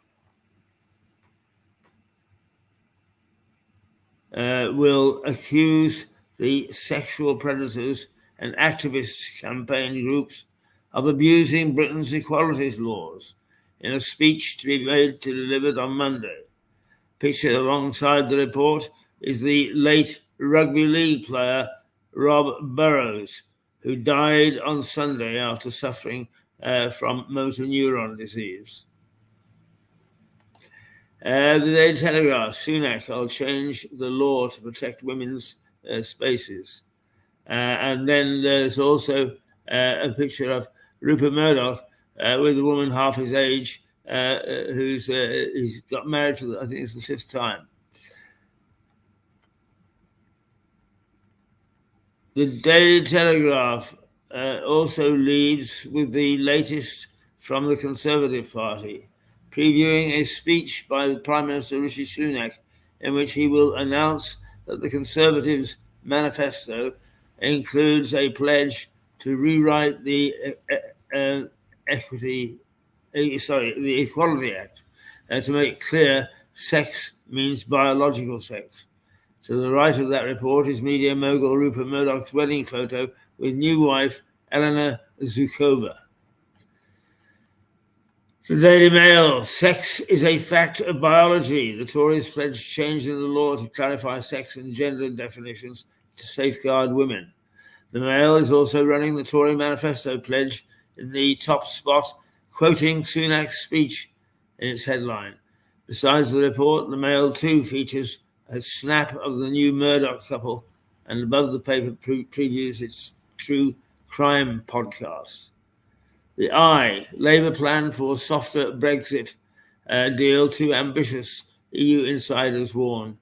Sir Keir Starmer's hopes of striking a new relationship with the European Union after winning power would mean signing up to Brussels rules.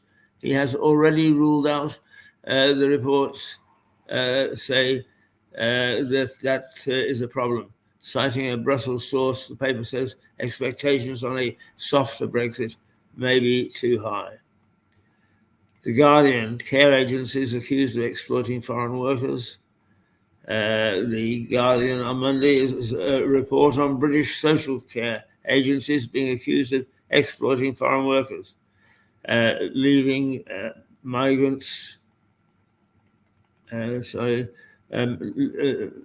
Leaving migrants living on the breadline. It says dozens of migrants have shared their experience with the paper and quotes the Royal College of Nursing's call for a government inquiry into the matter. Below that story is a photo of the late Rob Burrow with his wife, Lindsay. Financial Times. A Russia-China gas pipeline deal stalls as Beijing plays hardball over prices. The leading story in the Financial Times details a major gas pipeline deal between Russia and China, which has stalled over what Moscow sees as Beijing's unreasonable demands on price and supply levels. The paper also reports the latest AI chip by tech powerhouse NVIDIA, which the FT says is a move that shows the company is racing to entrench its dominance in the market.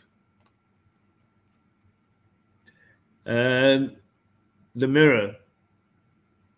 I stood up to Trump and his bullies so the world could hear the truth.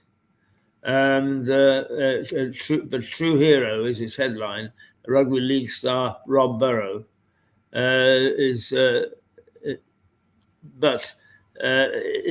it does talk about Stormy Daniel following the conviction of former President Donald Trump over hush money paid to her. I stood up to Trump and his bullies so the world could hear the truth, she says. Well, maybe she is brave enough to testify. I'll give her that. But truth, she's a porn artist, for God's sake. And truth is not something that they necessarily are known for. So I would have thought, give your evidence, walk away, and then go and hide for a while. Otherwise, you treat everything with suspicion.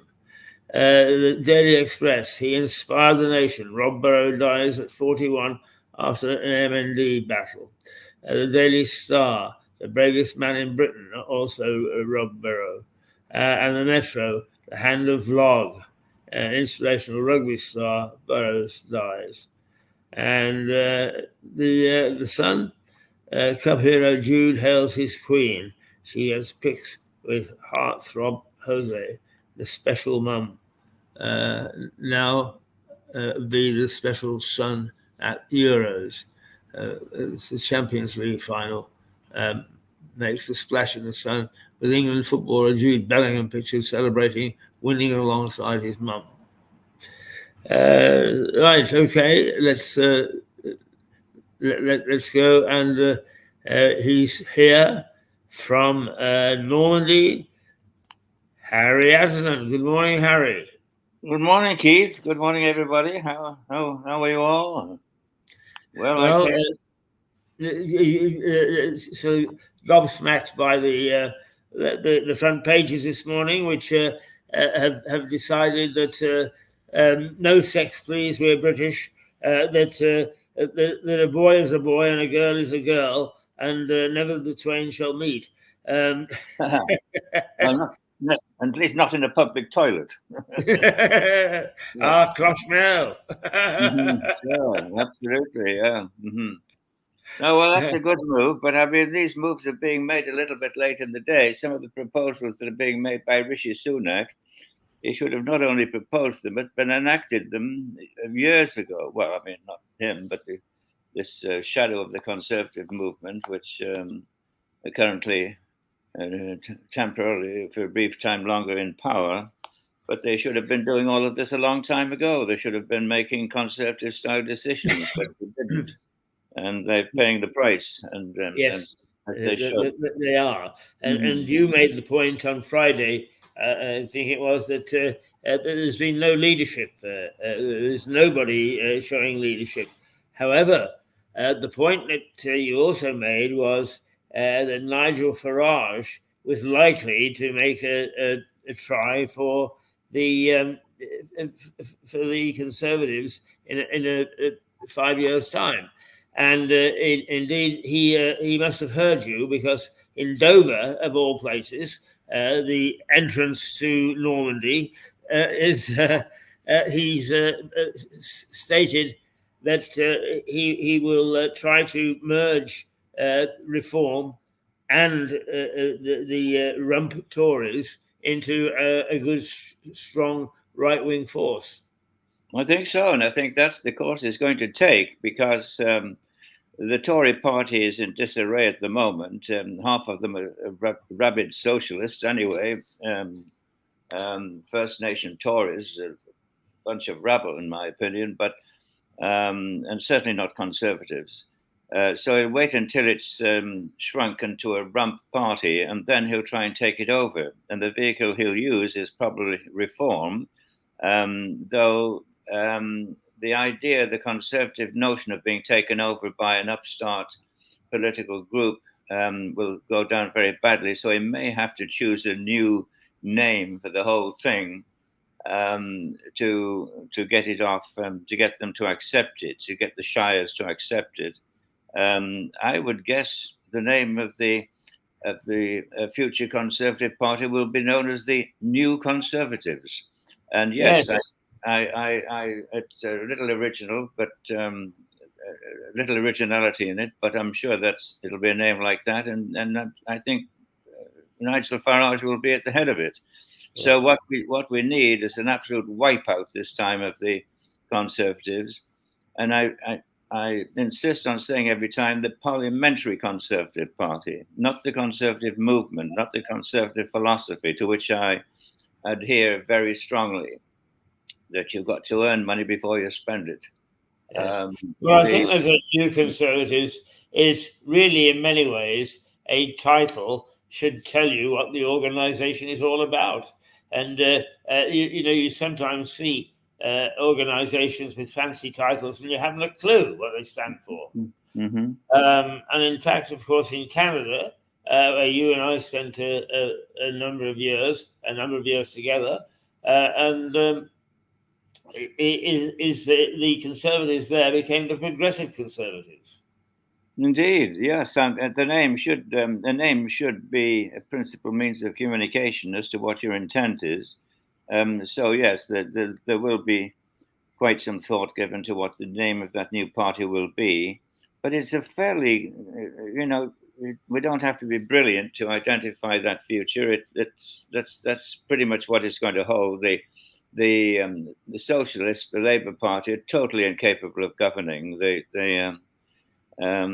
Socialists are essentially good people. They care about the individual, but they have no idea how to manage the collectivity, and they have no notion, as far as I can see, in the few years I've been on this planet, of a sense of nationhood, a sense of identity, a sense of what's good for the country. I do not see them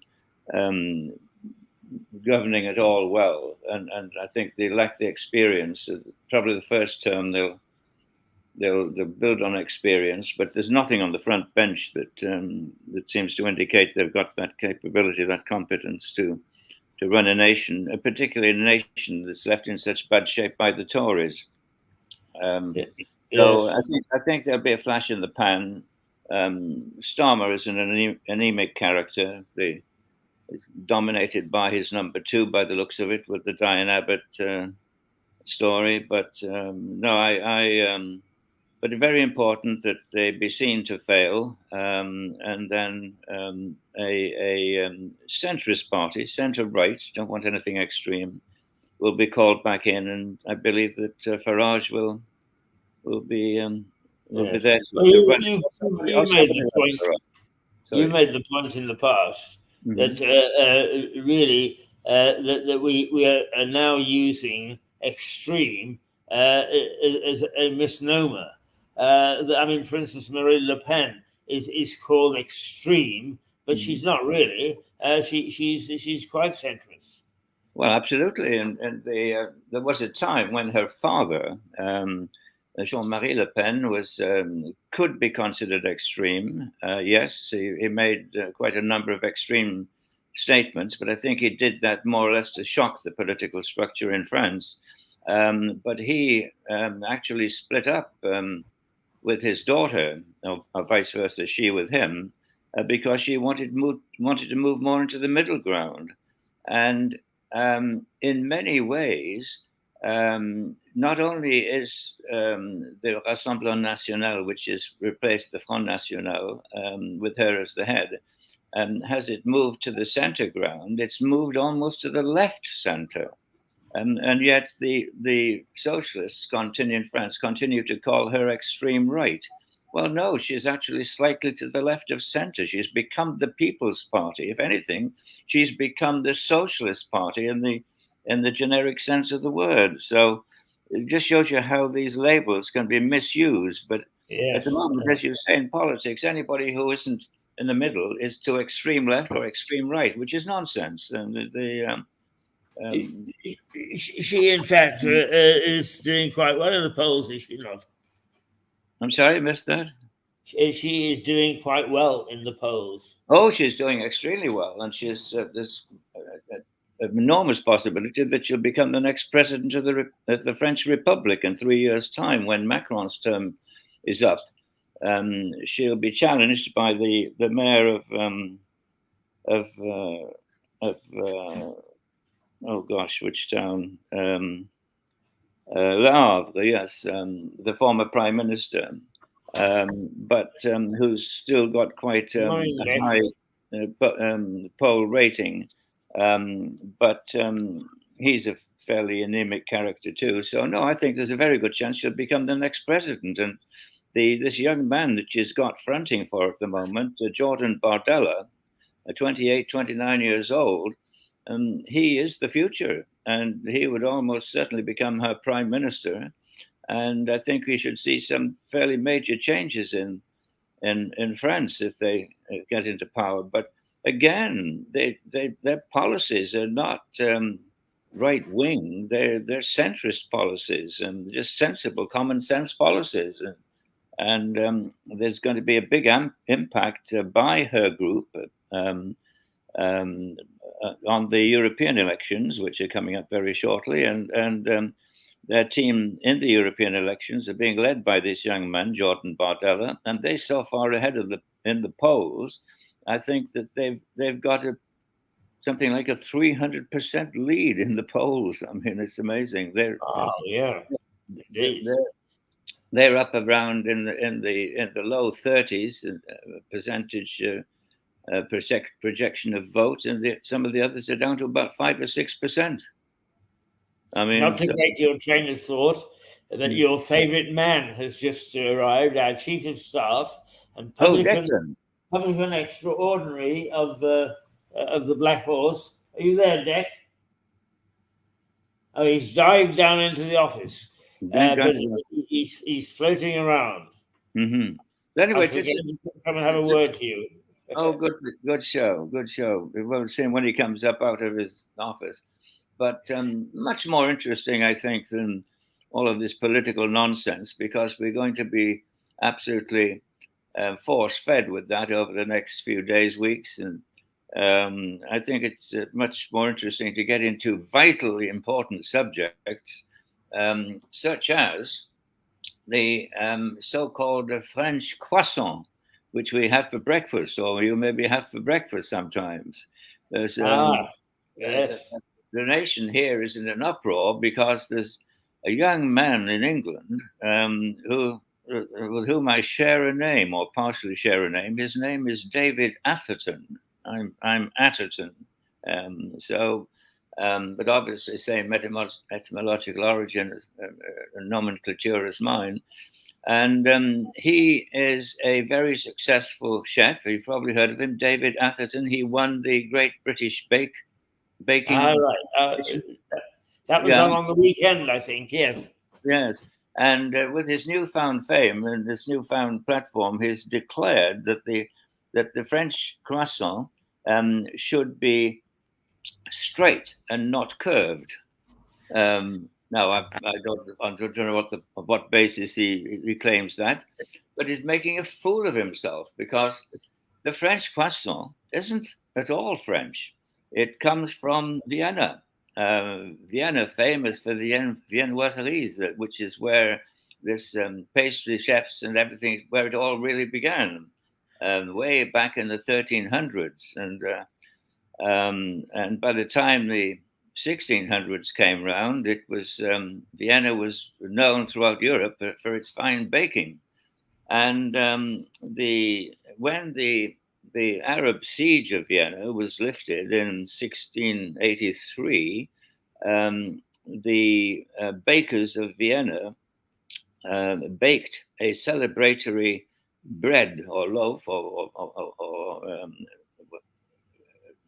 pastry in the shape of a croissant, in the shape of a crescent, because the crescent moon is the symbol of the Turkish Ottoman flag. And so they had defeated them. So they lampooned them by producing a pastry in the shape of a croissant. So if Mr. David Atherton wants to make it straight, it will no longer be a croissant or a crescent. It has to be that shape, otherwise it isn't what it is. And he is totally ignorant of history. He may be a very good cook and a very good pastry chef, but obviously he knows nothing about croissants. So the French who have adopted the croissant, they adopted the croissant, I believe, when Marie Antoinette, who was born in Vienna, when she married Louis XVI and she came to live in Versailles, she missed her home, so she asked the local bakers to bake her croissants to remind her of home, and that's how the croissant was introduced into France. But essentially, it's an of Austrian origin, as in fact are most of these very delicate patisseries. That's where it all began, in Vienna. So I think that Mr. Atherton, God bless him, seems like a fine young man, and very obviously an excellent cook, but he needs to brush up on his history, and you can't change. You know, saying the croissant should be straight is like saying a square should be a circle, or vice versa. No. So anyway, that's my little jab at him this morning. Well, absolutely right, Harry, because I think it was is either Socrates or Plato. They are more or less one and the same.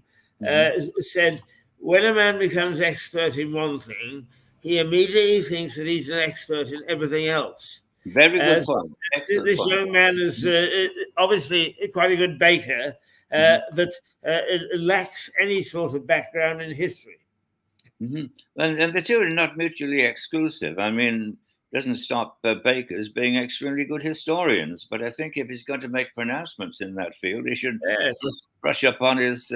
Make sure you are a good historian. Anyway, it's all good fun, and I wish him well. But we don't want straight croissants. We want ones that recall the defeat of the Ottoman army when it tried to encroach upon Eastern Europe, as they had previously tried to do, as the Arabs had colonized, sought to colonize the lower end of Europe. As we know, they occupied all of North Africa, and then proceeded in 711 to invade Spain and occupied Spain until they were kicked out in 1492.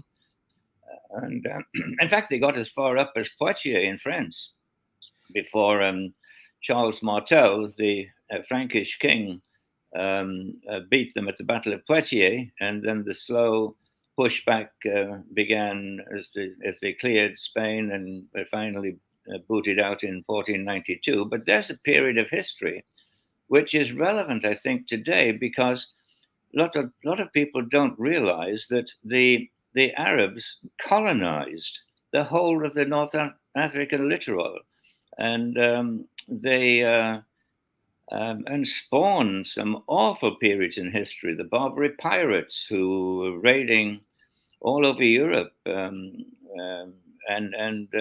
took slaves. Well over 1 million European slaves were taken in the coasts of Dorset and Cornwall. Entire small villages were captured and transported into white slavery. And this half-wit, who's the current Archbishop of Canterbury, who wants to give slave reparations to the Caribbean countries. I mean, by golly, we should be getting slave reparations. Certainly the people from Dorset and Cornwall. Dorset and Cornwall, as far north as Iceland, the Barbary pirates were raiding. They should be claiming reparations from the oil kingdoms of the Middle East, because that's where all of this Arab colonization began. Probably the greatest colonizers in modern history, and slave traders, by golly, by the million.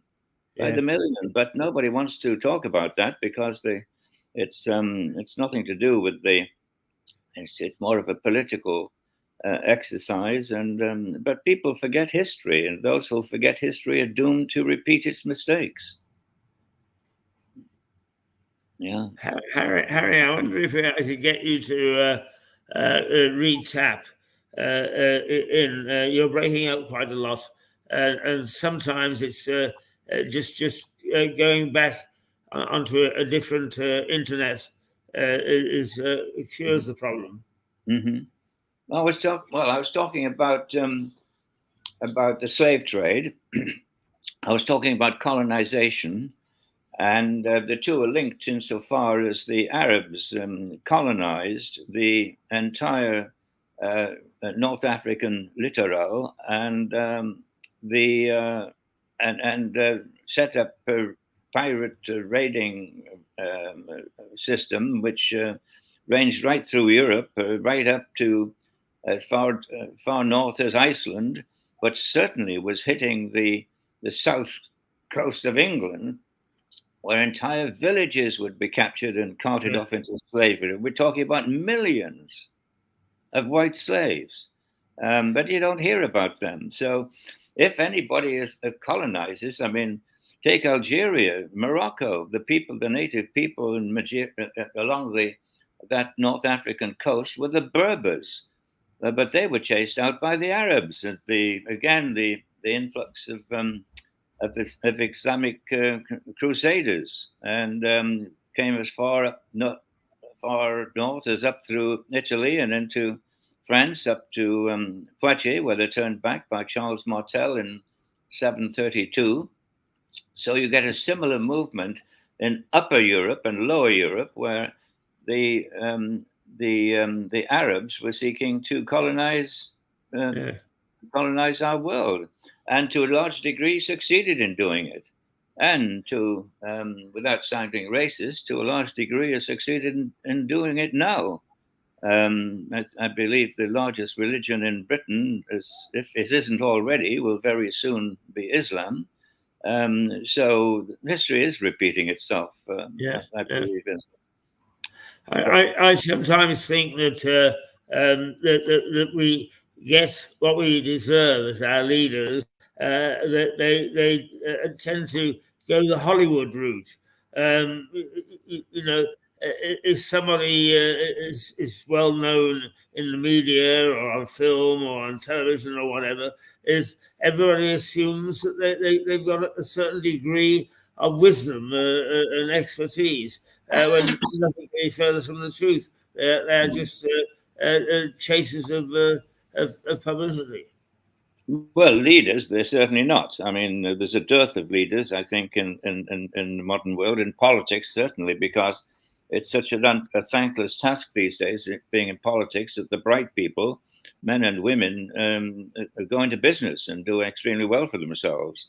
And we're only getting second raters now in politics. We have very distinguished organizers, thinkers, um, um, economic experts in politics, but where we don't have them now, they're busy gone into other fields of endeavor.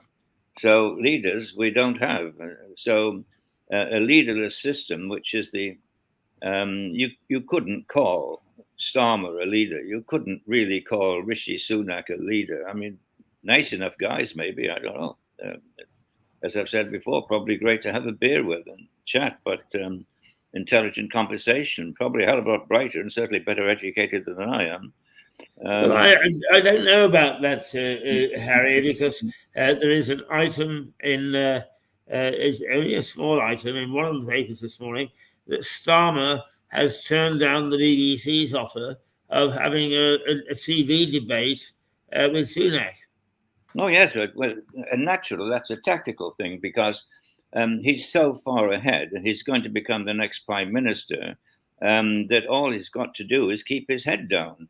And he doesn't want to expose to the fact that he's a very ordinary person and intellectually not very bright. He's probably good at what he did as director of prosecutions and that sort of thing. He mastered that art and became very successful, rose to the top, got himself a knighthood. So all credit to the guy. He's done well. But he is very easily exposed as being not intellectually capable of assuming the role of Prime Minister of Britain and the leadership, particularly in a difficult time like this. So he must hide that fact. He must keep his head down. All he needs to do is to keep quiet and say nothing and do nothing. So I can see fully why he's avoiding any public debate with guys, bright guys, articulate guys like Rishi Sunak. So yeah, I can understand that's a tactic. And Some reflection from the electorate. And who on the front bench could they put forward? Can you think of anybody on the potential Labour front bench who would shine in a television debate? No, and some of the really competent and clever people of just 20 years ago are no longer there. Exactly. I mean, Labour has had some wonderful people, outstanding people since post-war.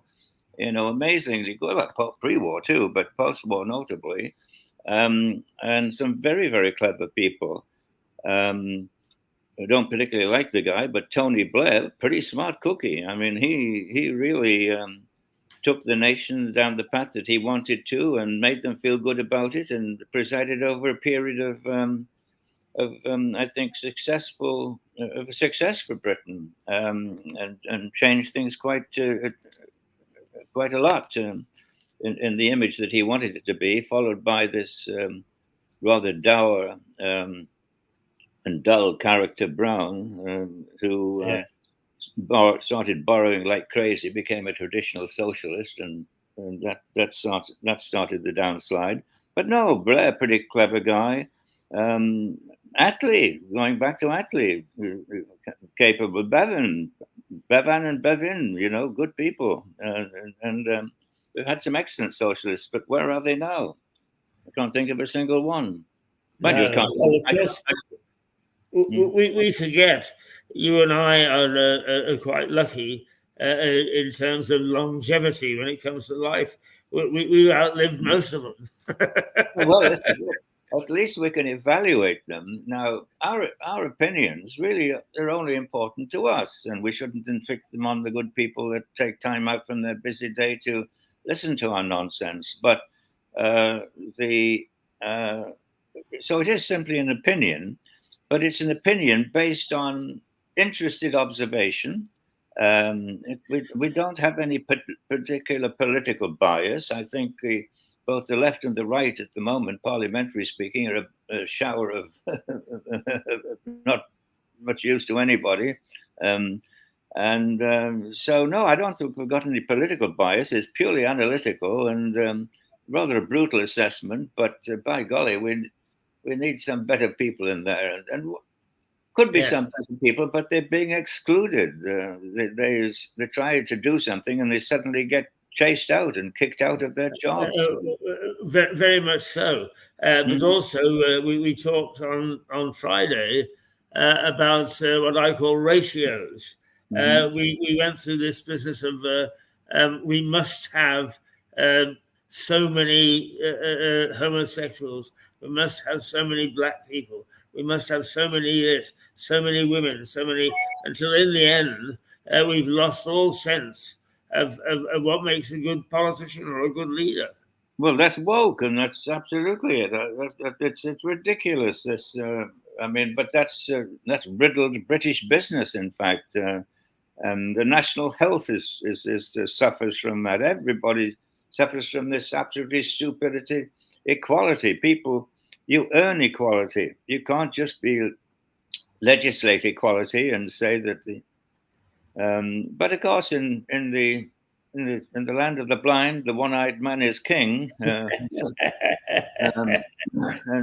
so they have to compensate. And this, what's it called, DIV or something? What's the name of this equality movement? I forget the name of it. It's got. Me too. Yes. It is a lack of being able to put things into perspective. Sure, that's right. But I mean, starting with the very first equality question, men and women. Nobody disputes that men and women are equal in this world. In fact, in many cases, in many fields of endeavor, women far superior to men, I feel. But to actually legislate the fact that you have to have the equal number of men and equal number of women is crazy. Crazy. You choose the best talent. And choosing RAF fighter pilots on the color of their skin, as opposed to their ability to keep the airplane in the sky. We're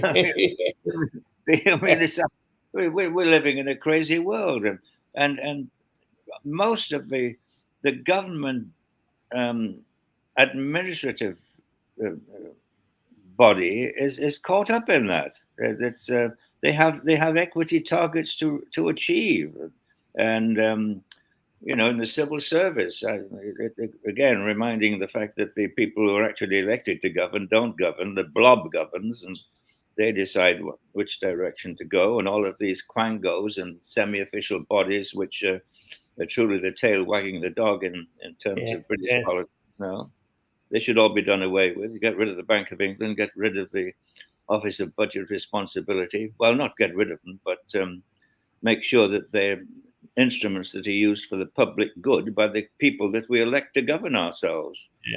They shouldn't be there directing traffic. They should be there in an advisory capacity.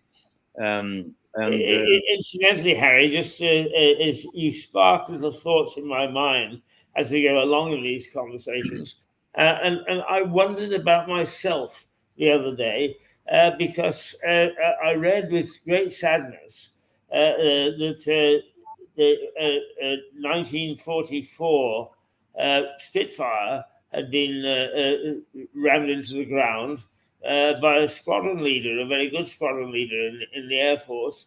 But the thing that went through my mind was how sad that we've lost a Spitfire, not how sad that we've lost a pilot. I wondered about myself. Well, there were two ways to look at that. There are left in the world between 200 and 250 Spitfires. There are about 70 or 80 of them in flight-worthy condition, and in fact flying. It's a very well-engineered aeroplane, and if it's well maintained, and if age hasn't affected its structural integrity, there's no reason why it shouldn't keep flying. And it's to be hoped that this accident, and aeroplanes do crash for whatever reason, It's rather unnatural to take a heavier than air object and have it hurtling through space. So things can go wrong. And it's to be hoped that they don't, therefore, declare the end of the Spitfire and ground all of the rest of them that are left. I think it's a wonderful symbol of a period in British history that needs to be maintained. And a lot of enthusiastic people are doing it and spending a lot of money and time. And this poor guy paid with his life for it, and which is very, very sad. But I hope it does not signify the end of the Spitfire or as I say, the in remarkable number of Spitfires that are still in flying condition and that exist in the world, that are, some of them or many of them are in process of being rehabilitated and brought up to flying quality, flying levels. So I do hope it keep it up, and the King's Flight, I think it's called, is with the old Lancaster, is it? Old Lancaster bomber is yes, the Lancaster bomber. Yes, that's a wonderful symbol of history, and I think we should be focused on the future. But at the same time, I think we should treasure our history, and the combination of the past and the future is what makes the present so rich, so enjoyable. And the longer you and I can experience that, the luckier we will be. Absolutely. Just as another aside, I did some work for Short Brothers, the aeroplane manufacturers in Northern Ireland. They're famous for developing boxcar, which still plows around the world, actually. But they had a Spitfire, which they maintained extremely well. And I was at the Newtonards Air Show, and they put on display the Short Brothers Spitfire and their test pilot, and he took it to the end of the runway, and it was a short runway, and so he put it on full power to make sure he could get off. But it tilted the aircraft like that, and the propeller hit the ground and broke off. And he still took off, flew it around, and landed it. My goodness. Well, two things there. He must have been either a very skillful pilot, or the aeroplane must have been a remarkable piece of kit, because to fly with its propeller broken. Yes.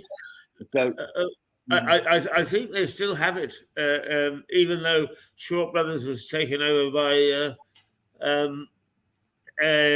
Bombardier, the Canadian firm. I think it's still there, and because they still make aircraft. Harry, just will you look after yourself for 2 minutes, because your favourite lady has arrived, or one of your favourite. Okay. Well, this is very good. Well, I can talk for a couple of moments in very earthy terms, because I feel privileged sitting in Normandy, which is a beautiful part of the world, beautiful part of France, to actually feel that I'm in the Black Horse pub in Lewes, and amongst the good people of Lewes and the surrounding area. Because when I look at the British pub and the interior of the British pub, and people like Declan who are running this one, I realize just how much I've left behind. And I also see how sad it is that many British pubs are going out of existence. I suppose it's due to drink driving laws, different mechanics in business, the fact that traditions go by the board. But the British pub is an institution which I hope will be maintained for many, many years, even long after I've gone. But sadly, figures I recall, there used to be about 90,000 pubs in Britain. I think it's down to about half that number now. But I really have a great ambition, and that is to make it across the water from Normandy to the English coast, and not in a dinghy, by the way. I should find some better form of transport, and have a pint at the Black Horse and meet you all. Well, let's hope that'll happen pretty soon. Harry. You and I were approached by your tourist people to see if your town could twin with Lewis. And I've approached the mayor's office, but apparently the rule is that you can only twin with one town in one country, and we're already twinned with Bois. But your very vital young lady in the tourist office has I have asked you to speak to her, because my suggestion is that we start in a modest way, because the French actually burned and sacked Lewis during the 100 Years' War. And one of there is not much written about it by the Brits because they lost. But the writing that is extant says that the bowmen at the priory, which was left undefended by the prior, fought very bravely against the French invaders. And my suggestion is that we get, apparently there is the Honourable Order of Archers or something here, which is fairly active, is that we bring over a team of archers to your medieval extravaganza in August, and that then perhaps a challenge is laid down where your team of archers would come over here, and that we would make this an annual affair based on what happened at the priory here, and undoubtedly we can find plenty of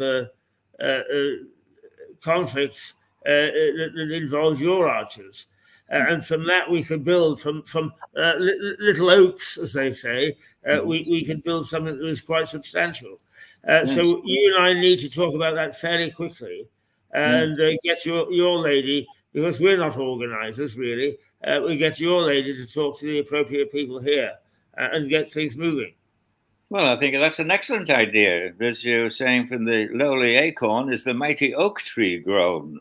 And I think if we plant a seed here, we shall certainly be able to develop it. We have in Normandy, in general, we have a major program just starting off to build on Normandy tourism, which as a percentage of income to the region of Normandy is less than it is in other regions of France. So they're trying to give that a little bit of a boost. So possibly we can harness that and take it onto a slightly larger scale than just our town. The reason being is there's a very generous budget available to promote these ideas. And money is the nerve of war, as they say. It's a French expression that I believe, and so if we can get our hands on a little bit of financing, I think that would take it ahead quite well. And since our town is heavily involved in this Normandy project, tourism project, there's a good chance we can. There is an archery club in the town where I live. But I think we should try to extend it beyond that into perhaps a more regional basis. Yes, right. I think we should get your lady, who is very vital and rather pretty, as I recall.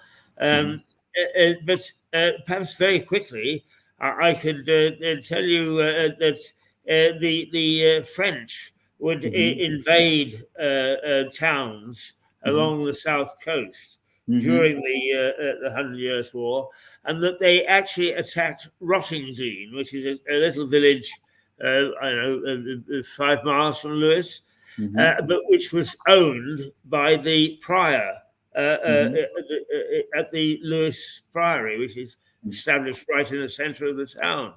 And the prior marched off to attack the invader, but it was a feint.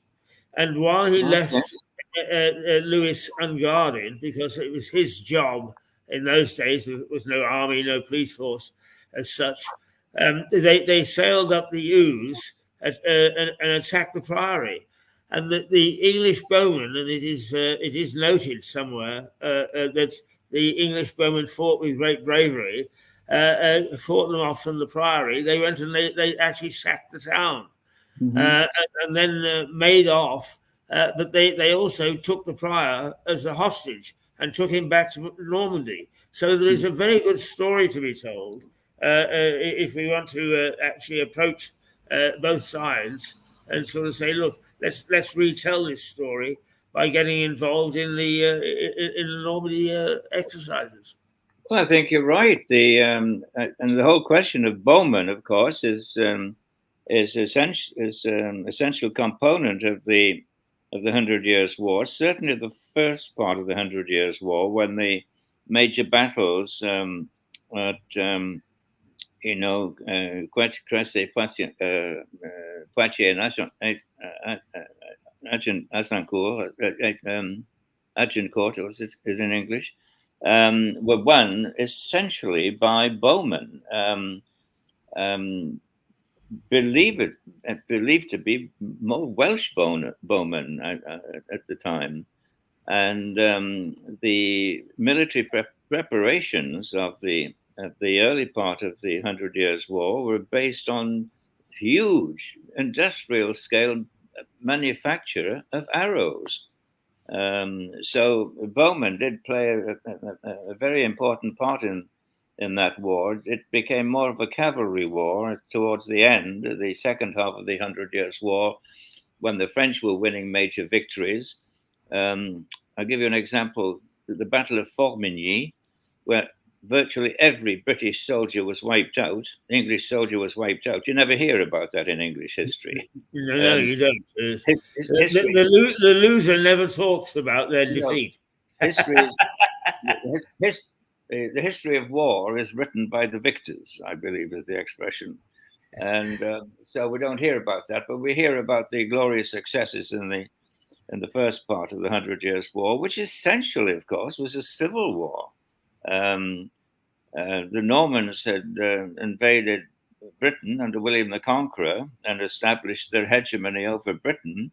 And so their descendants had certainly legitimate claims on the crown of France, and which they negotiated and got formalized. And it was when the decision of the emerging central French monarchy reneged on that deal that it led to the 100 Years' War, in 37 to 53, 1337 to 1453, 116 years effectively. But it was in many ways a civil war, and it led, followed with the War of the Roses, following close on the heels, where the English started to beat up on each other at home. It sort of led to the division of France and England definitively, historically. So yes, it is a moment in history which we should mark with as much fun and ceremony and festival and rejoicing, and in fact, bring the two countries a little bit closer together again. Well, I have the name of the gentleman who's in charge of tourism here. If you will have a chat to your lady, and then let's you and I have a chat, and then put a broad proposal, and then you get them to get together and get the cash. I think that's an excellent idea, and she speaks perfect English, as you know. Yes. So to get the two of them in touch with each other, I can just see you and I, Harry, you as an adopted Norman, and me as an adopted Louisian, and we'll both put on Lincoln Green and lead these troops into a contest. Well, I can see that.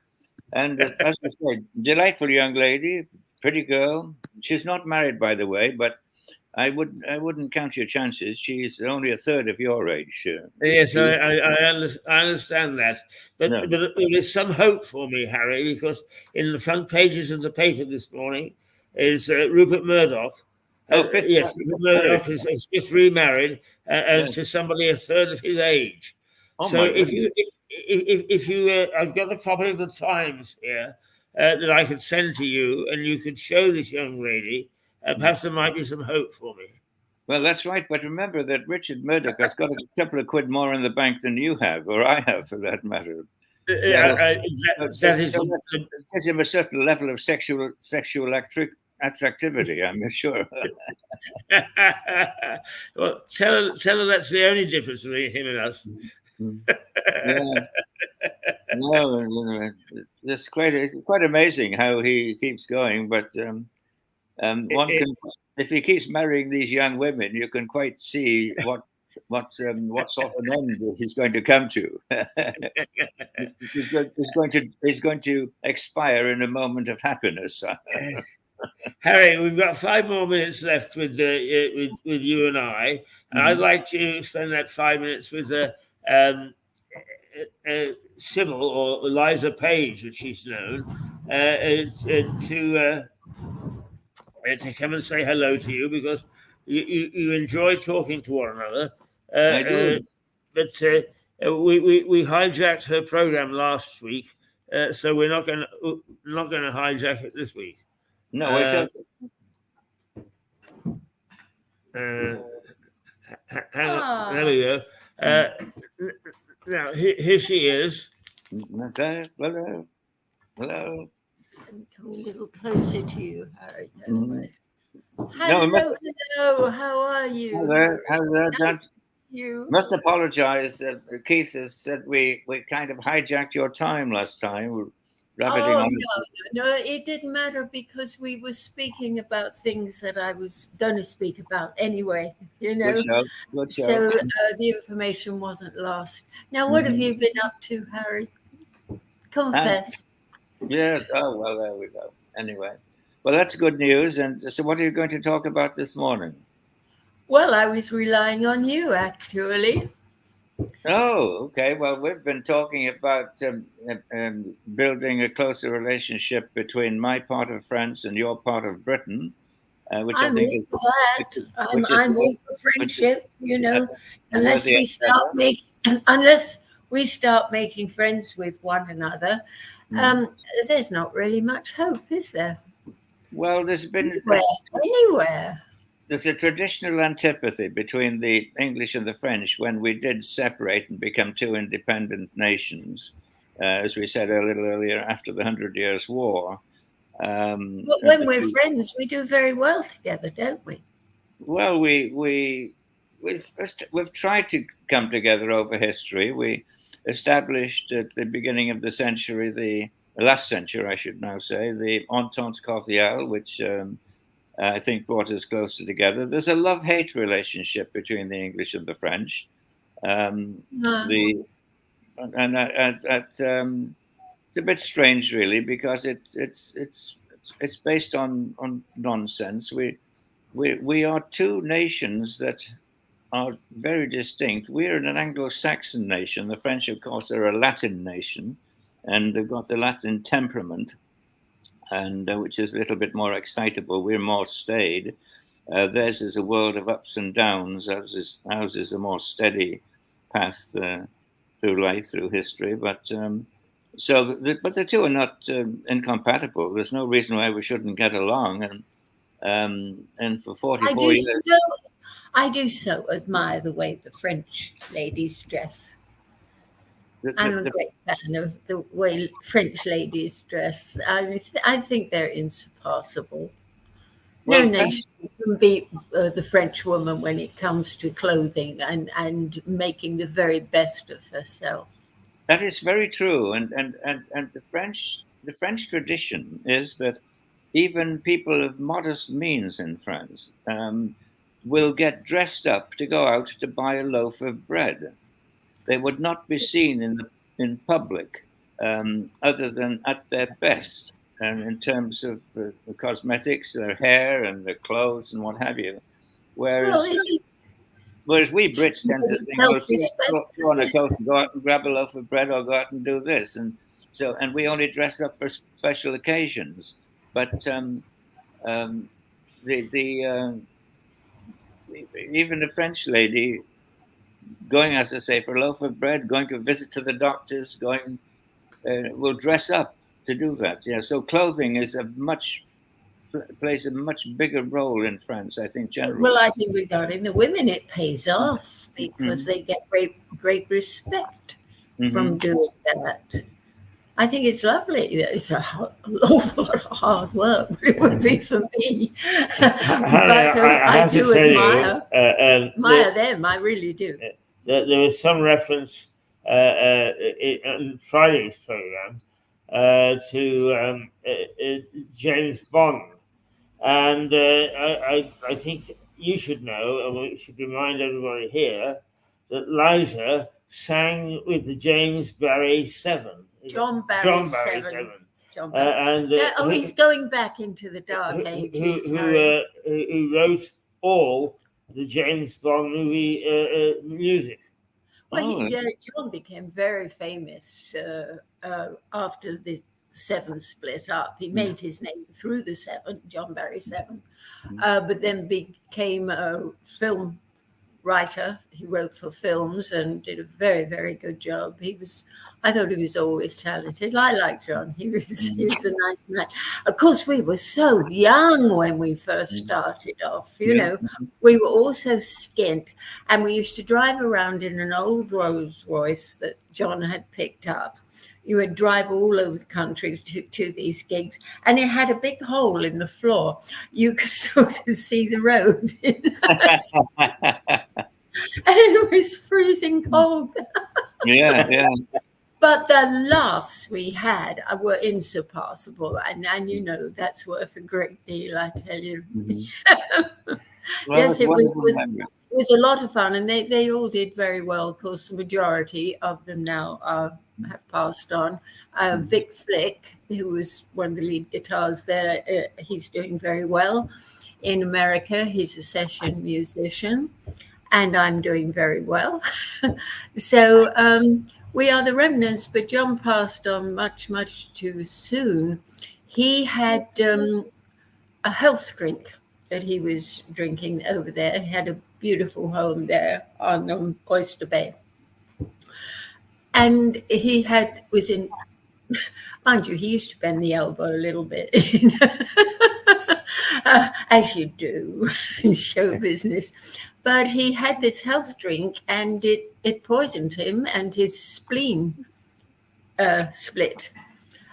So he was very ill for 2 years, and they couldn't trace it back. The police were in his home accusing his wife of trying to murder him. You know the way they carry on. And eventually they located it was this particular health drink. Naturally, John sued them. He said, I'm not interested in their money. I just want the bloody thing taken off the market, which they did. He was responsible for getting rid of that. But that set him back an awful lot.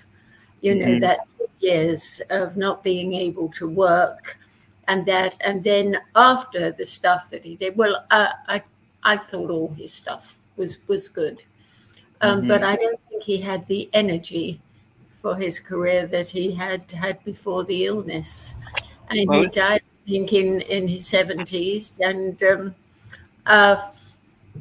but he had a good life. He came from a lovely family up there in Yorkshire. They were lovely people. And his father owned a cinema there. So he was virtually in the thick of the business right from a youngster. You know, he learned filming and, you know, the whole bit. Yeah, I'm rambling on here about John, but I know he was terribly famous, so I'm sure I'm not boring too many people. So when you say was, he's no longer with us, is that? No, John died, yes, yes, in his 70s, because after this severe illness, he was never really the man, health-wise, that he was before. the hospital. And was he from Yorkshire? Was he born in Yorkshire? He was from Yorkshire, yes. His real name was Prendergast. Prendergast family, and his father owned a cinema there, was quite famous. His mother was a concert pianist.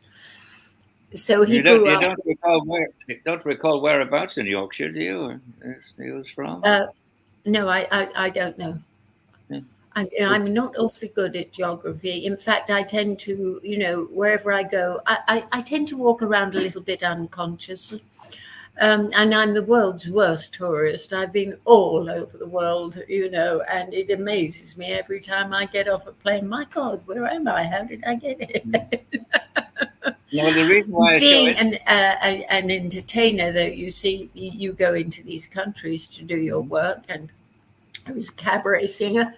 So you go to the hotel or the casino or wherever you're engaged in, and you probably don't go on stage, Harry, until 10 o'clock at night. Could be even later, And when you come off stage, all you want to do is be where there's people. You don't want to go home and go straight to bed because the adrenaline is still pumping in you. So consequently, entertainers are noted for staying up late. So that means you don't get up late, you don't get up very early in the morning to go sightseeing or actually see where you are. It's very, very difficult to equate the two, but it is mostly. It's a very hard life, I think, isn't it? Sleep a lot when you can. It's a very hard life, I think. It's very hard. But I wouldn't want I don't have any children, but if I'd had a daughter, I would really dissuade her from going into show business. I really would. But of course, if they want to, you can't stop them, can you? Impossibility. Just one other note, Harry, before we go, is Liza's sister was Jill Day. Who was the top of the pops singer in the 60s? Yes, late 50s and 60s. Jill was my eldest sister, my only sister. She was 9 years older than me, and she was a very big star in England. And she sort of, she paid for my singing. I couldn't do anything, you see. So she heard me sing. That's it, you're going to be a singer. She paid for my singing lessons, and I had the benefit. She taught me the business. I had the benefit of her experience. Very, very grateful to her. And yes. where was Jill from? Where were you actually? Well, we were all born in a place called Brighton, which is a seaside town 50 miles from London and 7 miles from Lewis. No, I know Brighton. Yeah, I've been to Brighton. Yeah. But, yes, it's quite famous, actually. Oh, yeah. Yes, and I was up in Lewis 30 years ago. I came home to see my mother, who wasn't very well. And I thought, I'll get her well because I'm a miracle worker. It didn't quite work out like that. I wound up her sole carer for 11 years. We shared our lives. And when she passed on, when Mummy died, the family said, well, you'll be going back to America now, won't you? I said, well, I don't think so. I don't know anybody there anymore. So I decided to stay around Lewis. I had well known in the town. There's some lovely people here. In fact, I don't think there's one person in Lewis that you can say, no, they're not nice, stay away from them. Except politicians, of course. Yes. That it's full of very nice. Well, just one other thing, Harry, that Liza has a treatment written by a very close friend of the Jill Day story, and although it's written for film, I've been looking at it to see whether we can turn it into a documentary. So she's not finished yet. No, not by a long shot. You're not finished till you die. Well, I'm a little bit jealous. I mean, when you mention places like Brighton and Lewis, and I just think they're great places. And of course, Philip comes from Arundel, which is a lovely town too. I think you're very spoiled. You're very lucky to be in such a beautiful part of the world. No, that's Yes, not to you're take away, right. not to take away from Normandy or anywhere else I've lived. I've lived in different parts of France and Spain, Canada, the but no, Britain takes some beating, and particularly the area that you're in. Yes, listen, I've been all over the world and I've lived in quite a few different countries, Harry. And I still think Britain is the best country in the world. I'm quintessentially an English woman, and I think despite the terrible things we're going through at the moment, and the fear of losing our money, and this WHO lot taking us over, because people say, oh no, they're finished. No, they're not finished by a long shot. Terrifying situation that we're in here, that the world is in. I've got a strange feeling that England's going to come through, Harry. Well, I think Harry, I'm going to say goodbye until Friday, and okay. undoubtedly you'll have another chat to Liza next Monday, Okay. because we enjoy ourselves so much, and Dec has to open the pub in an hour, and we've still got Liza's program to do. So Okay. Don't worry about me, and I'm enjoying talking to Harry. and you'll get many an opportunity. But you do have one or two important things to pass on to your adoring followers. Yes, I do. And it's all very serious stuff that I'm into, Harry, as you've seen the work that I'm in. But it has to be said. I have to tell people what is going on, because they just don't know. Really. Well, good luck to you, and I'll leave you now and see you on Friday. But Harry, it's good to see you. And we've had a good range of activity. But this week, let us kickstart the Battle of Cressy. Okay, right, okay. Well, you take care. Bless you all. See you soon. Bye, Harry. Thanks, Harry. Bye. Bye. Right. There we go. The cross fertilization of programs is proving very popular with our viewers, because you're all such intriguing people. However, we do need to get on with the business in hand, and let me see what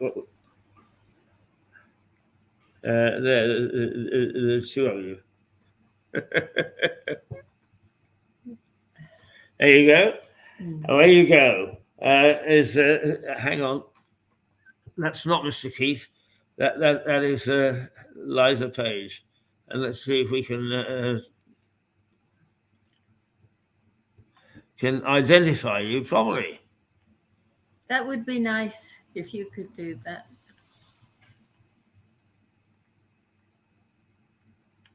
Liza Page. There we go. Okay. I'm sort of, I need to come a little further, get more comfortable. Yes, well, what are we into today? Well, in talking in over the weekend, there was one very important story. I'm going to do that. Yeah. Japan. Massive rallies break out in Japan against whose pandemic treaty? Yes. Don't underestimate the Japanese. From the bustling streets of Ifibukuro, I might pronounce that incorrectly, I'm sorry, to the gatherings in Hikibukuro Central Park, the sheer scale of participation speaks volumes. Organizations aimed for a monumental turnout of 100,000 protesters to demand answers on crucial issues such as the stark increase in excess deaths and lack of transparency on the adverse effects following vaccinations. Demonstrations criticized the lack of explanations for a sharp increase in excess deaths and demanded accountability and clarity on vaccines-related casualties. Good luck to them. And I really wish we were out in those streets doing what they're doing rather than the Israel bit. I really do, because this is so terribly important. Now, what has happened is, listen to this. US vaccines. A US judge, Mark Pittman, has ruled that the COVID-19 data cannot be released for 75 years, e.g. 2097, then you can have a look at it. COVID data will be released. Everyone involved in the process of making the vaccines will be dead. Therefore, no one can be held responsible. The Express printed this in January 2022. What is this? What do you make of that, huh? Well, it sounds to me as if something untoward has come up and he's covering up. Well, big cover up, but we can't stand for this. We've got to get out in these streets and say, no, this cannot happen. I mean, this is ridiculous.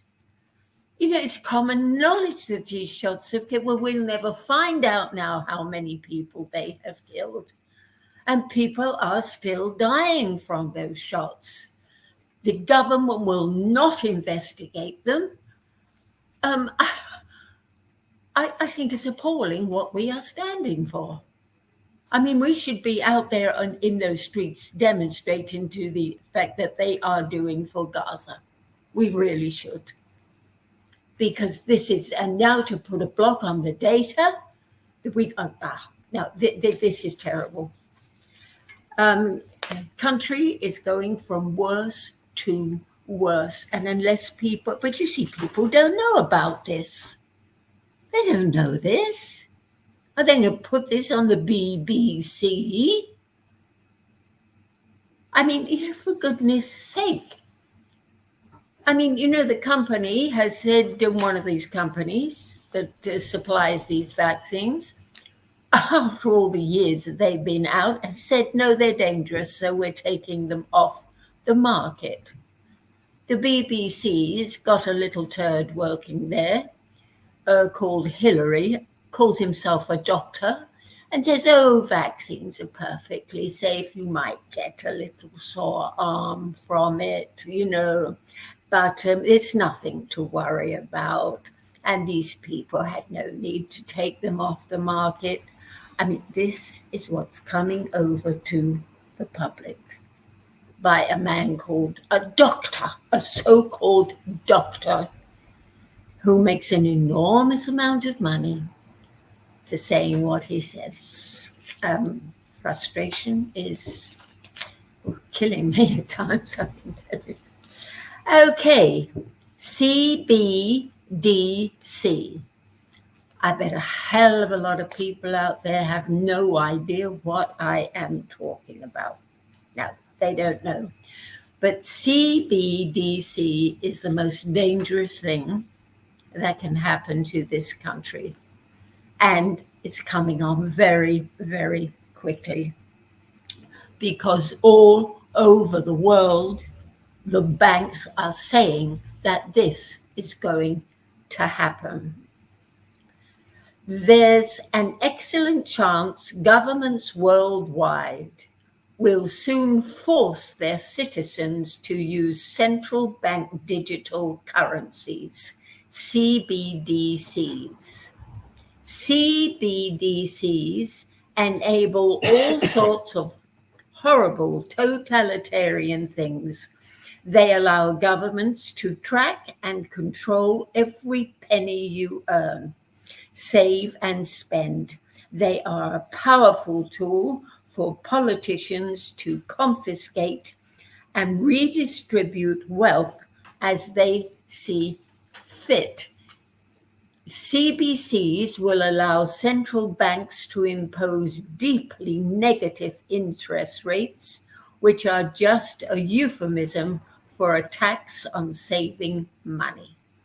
Governments could program CBDCs to have an expiration date, like some airline frequent flyer miles, forcing people to spend them, for example, before the end of the month, when they would become worthless.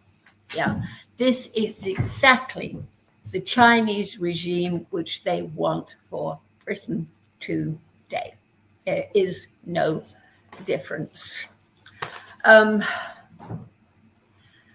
This WH lot, they're in Gaza. Gaza. They're in Davos, a small town in Switzerland, planning what they're going to do. And they have a bill which they have to have signed. England will sign it, of course it will. And it will be signed by America because Biden wants to sign it. Several countries in Europe have said no way at all. Oh, no, sirree. But not enough people are saying no. These people are a bunch of unelected, wealthy people who are trying to take over the world. This is what they are doing. It's called the WEF, the World Economic Forum, and the WHO, the World Health Organization. They are like that. There's no difference. They are affiliated. And it's run by a man called Klaus Schwab, who now is going to retire and hand over the reins to his family, maybe his daughter, we don't know. But this is a family concern, yes. And they've been going quite a long time. They have a following of what they call young world leaders. Well, a couple of them are Trudeau in Canada, the Arden, who really screwed up that beautiful country, New Zealand, royally. And the woman, Wee Willie Cranky, whatever they called her up in Scotland before they threw her out. Now then, they also have fingers in governments all over the world, and they have followers called, they started off from an organization called Common Purpose, which started up about 25 years, 30 years ago. And they picked people from different organizations and offered them these courses, which promised them they would be the young world leaders when the government takes over with this new world order. Well, there are quite a few of those. In fact, they're like Japanese knotwood. They are all over the world, these common purpose lot, and they are very entrenched in all the governments. Now then, our government belongs hook, line, and sinker to the WEF. They have allowed them into this country, the same as our king has, to ride roughshod and take over our schools, the whole lot. Now they want us to sign this paper giving them authority to say anytime there is a sniff of some sort of a disease, they will know when to lock down, which will be much quicker this time. And we will have to do what they say, wear a mask, do the 50. Also, they're responsible for these 15-minute cities that they're spreading all over Europe and Britain. Yes, that's all the WEF. Now, we will be totally at the mercy of this organization, who will take over absolutely every department of our lives. Now, then the next, and they want us to sign this paper. Now then, the next pandemic is coming very, very quickly, according to Bill Gates, and they already have the vaccination for it. What a surprise that is. Oh, yes, indeed, they do. Yes, this is called the chicken thing, you know. So you're going to have to kill all your chickens. And also 4 cats.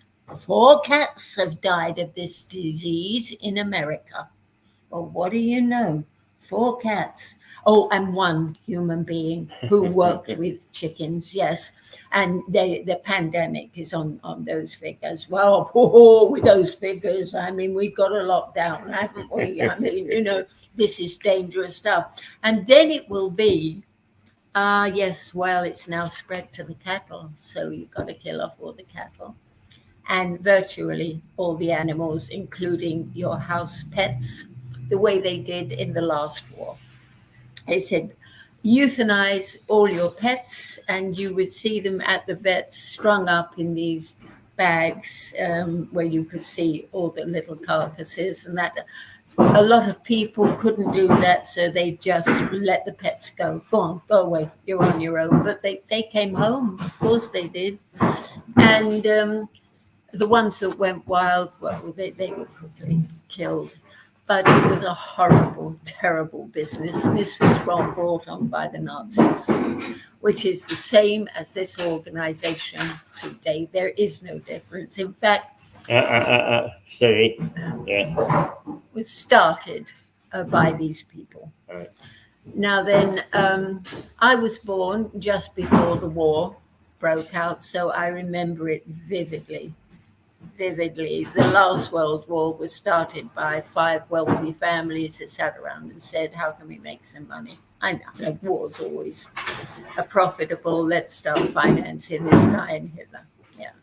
So this is how wars are started. And in the last interview I did here, I think it was one of the chaps said, would I go and fight for my country? No, I'm sorry, I wouldn't. No.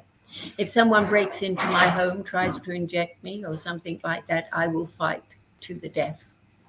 But I will not go out into the street armed with weapons and things like that. Sorry, no. This country is in a very, very dangerous state because we're not pushing back nearly hard enough. Not nearly hard enough are we pushing back. And we're not doing it because we sell a hell of a lot of weapons to these countries that are starting, including Israel. We sell so much to Israel. Oh, look at this. Where do your figures come from as to who we sell? Because is the arms industry is recognized as being vast, and that they are immoral people who don't give a damn who they sell to. No, and we've got here, China just decided to sell JF-17 Thunder jets to Turkey to fight NATO and Israel. Why are so many governments getting killed in Gaza? Okay, Russia, the Kremlin is now hunting around in Antarctica. Oh, you bet your life they are. Oh, yes, indeed. Okay, yeah. Jim Ferguson, shocking report. Airborne mRNA vaccines are being created that can be delivered straight into the lungs without the need for injection. In a startling and controversial breakthrough, researchers have created an airborne mRNA vaccine that could stealthily inoculate populations without their awareness or consent. A team from Yale University has pioneered this chilling airborne delivery system designed to dispatch mRNA directly into human lungs. Already, trials via intranscranial vaccinations in mice. This method stands on the precipice of human testing. Oh, yeah. If there is a war with Russia and America, I have here war with Russia to massacre 50,000 Americans every 2 weeks, with forced conscription of young Americans now inevitable, warns U.S. Army College. Dr. Astrid Stuckelberg microwave weapon, they can target your brain. This is all very nice stuff, isn't it? Yes, let me ask, because I don't understand a lot of this stuff. I always understood that that's the way that mustard gas, for instance, in the First World War, was spread to troops. So what's new?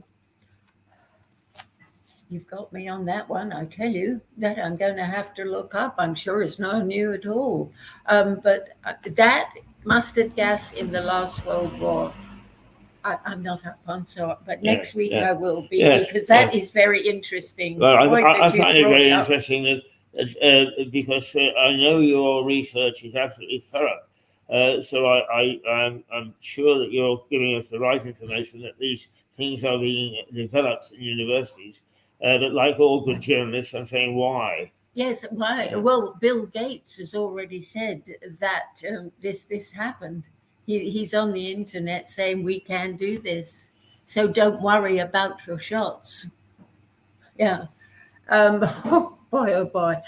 Back to the arms. Who does the UK sell arms to? The UK's main arms deals go to the United States, India, France, Germany, Italy, Israel, Oman, South Africa, Turkey, South Korea, the United Arab Emirates, and Saudi Arabia, respectively. The arms manufactured in the UK include bombs, missiles, and fighter jets, machine guns. Who are the manufacturers in the UK? Don't know. I think we need to know that as well. Don't know. Yeah. I can find that out there, can't I think so, yes. I think I'm pretty sure I go. I mean, I know that the arms industry is huge, and I'm sure that all those countries that you just called out are customers. But I just you want to know where the factories are? Yes, I mean, if you said to me, right, okay, we're selling bombs or whatever, aircraft, I know, short rows, now Bombardier. Yes. But and I would think I will do my best on that. Okay, I really will to find out where these factories are located. This is just a little one. Trust and Freedom, Christine Anderson. She's a German MP who's fantastic. And she is really, really doing her best. Little thinker. Turkey fought alongside America in the Korean War. Israel didn't. Okay, this one you have to know about. Smart meters. The UK government has quietly passed a bill that can force the British people to have a smart meter fitted into their homes. This will be fitted to washing machines, oven, fires, everything electric that can be turned off at the time, anytime they want to. Right. Now that I do want some more information on, because my understanding is that they'd withdrawn that legislation. So if they haven't, they've been lying to us. Well, let me check this one, definitely. Refuse and you will have to pay a £15,000 fine. All this stuff is made in China. They are obeying Klaus Schwab. Why are we standing for this? Say no. And one of the ladies, I'll find out her name, who is really pushing this, has shares in the company, naturally. $8 billion, well, it's $20 billion now sent to Israel. Why? Israel has free health care and free college education. America has none of these things. Children are the target. It started. The next pandemic is here and children are the target, says Bill Gates. Bird flu, this from Redacted News, very reliable people. Bill Gates says they already have a vaccine. Why are they telling us about this in advance? David Sorensen, who's very, very informed, says this. Black magic in the British Museum. There is a book on display saying there will be 3 world wars. These governments practice black magic, but they have to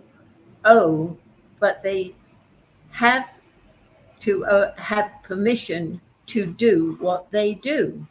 So they tell us what they are going to do in advance. When they do what they say they will do, we have no comeback because we, the people, let them go ahead and do it. If we say, no, we don't like that, they'll say, well, what do you let us do it for then? We told you what we were going to do.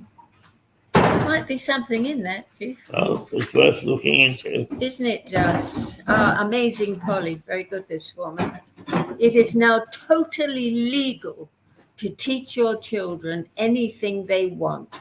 In Canada, go down to the school and you will possibly be met with an army of thugs. Where in Canada? Yeah. Really? Oh boy, oh boy. Yes.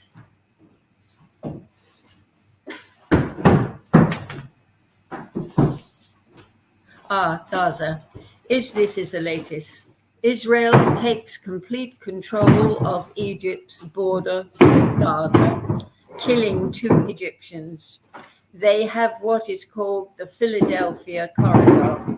It's a term for the buffer zone that makes up the border between Gaza and Egypt. They have violated the peace movement. 36,000 dead. Biden gives Bibi another $20 billion to finish the job in Gaza. That's all I've got. It's very, very full. And like all good stories, it raises as many questions as it answers. So we look forward very much to your program next week. Thank you, Keith. Thank you for letting me on. Thank you, everyone, for listening. This is important stuff. Liza Page. No,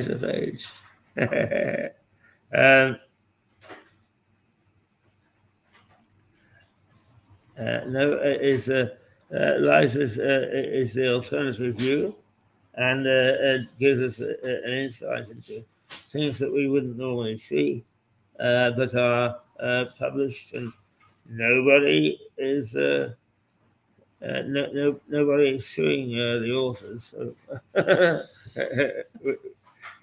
we assume that they have a veracity.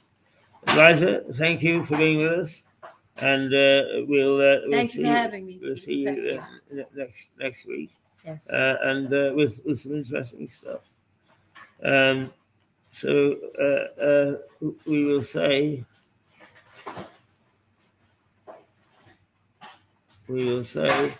toodle pip. Toodle pip. We will say.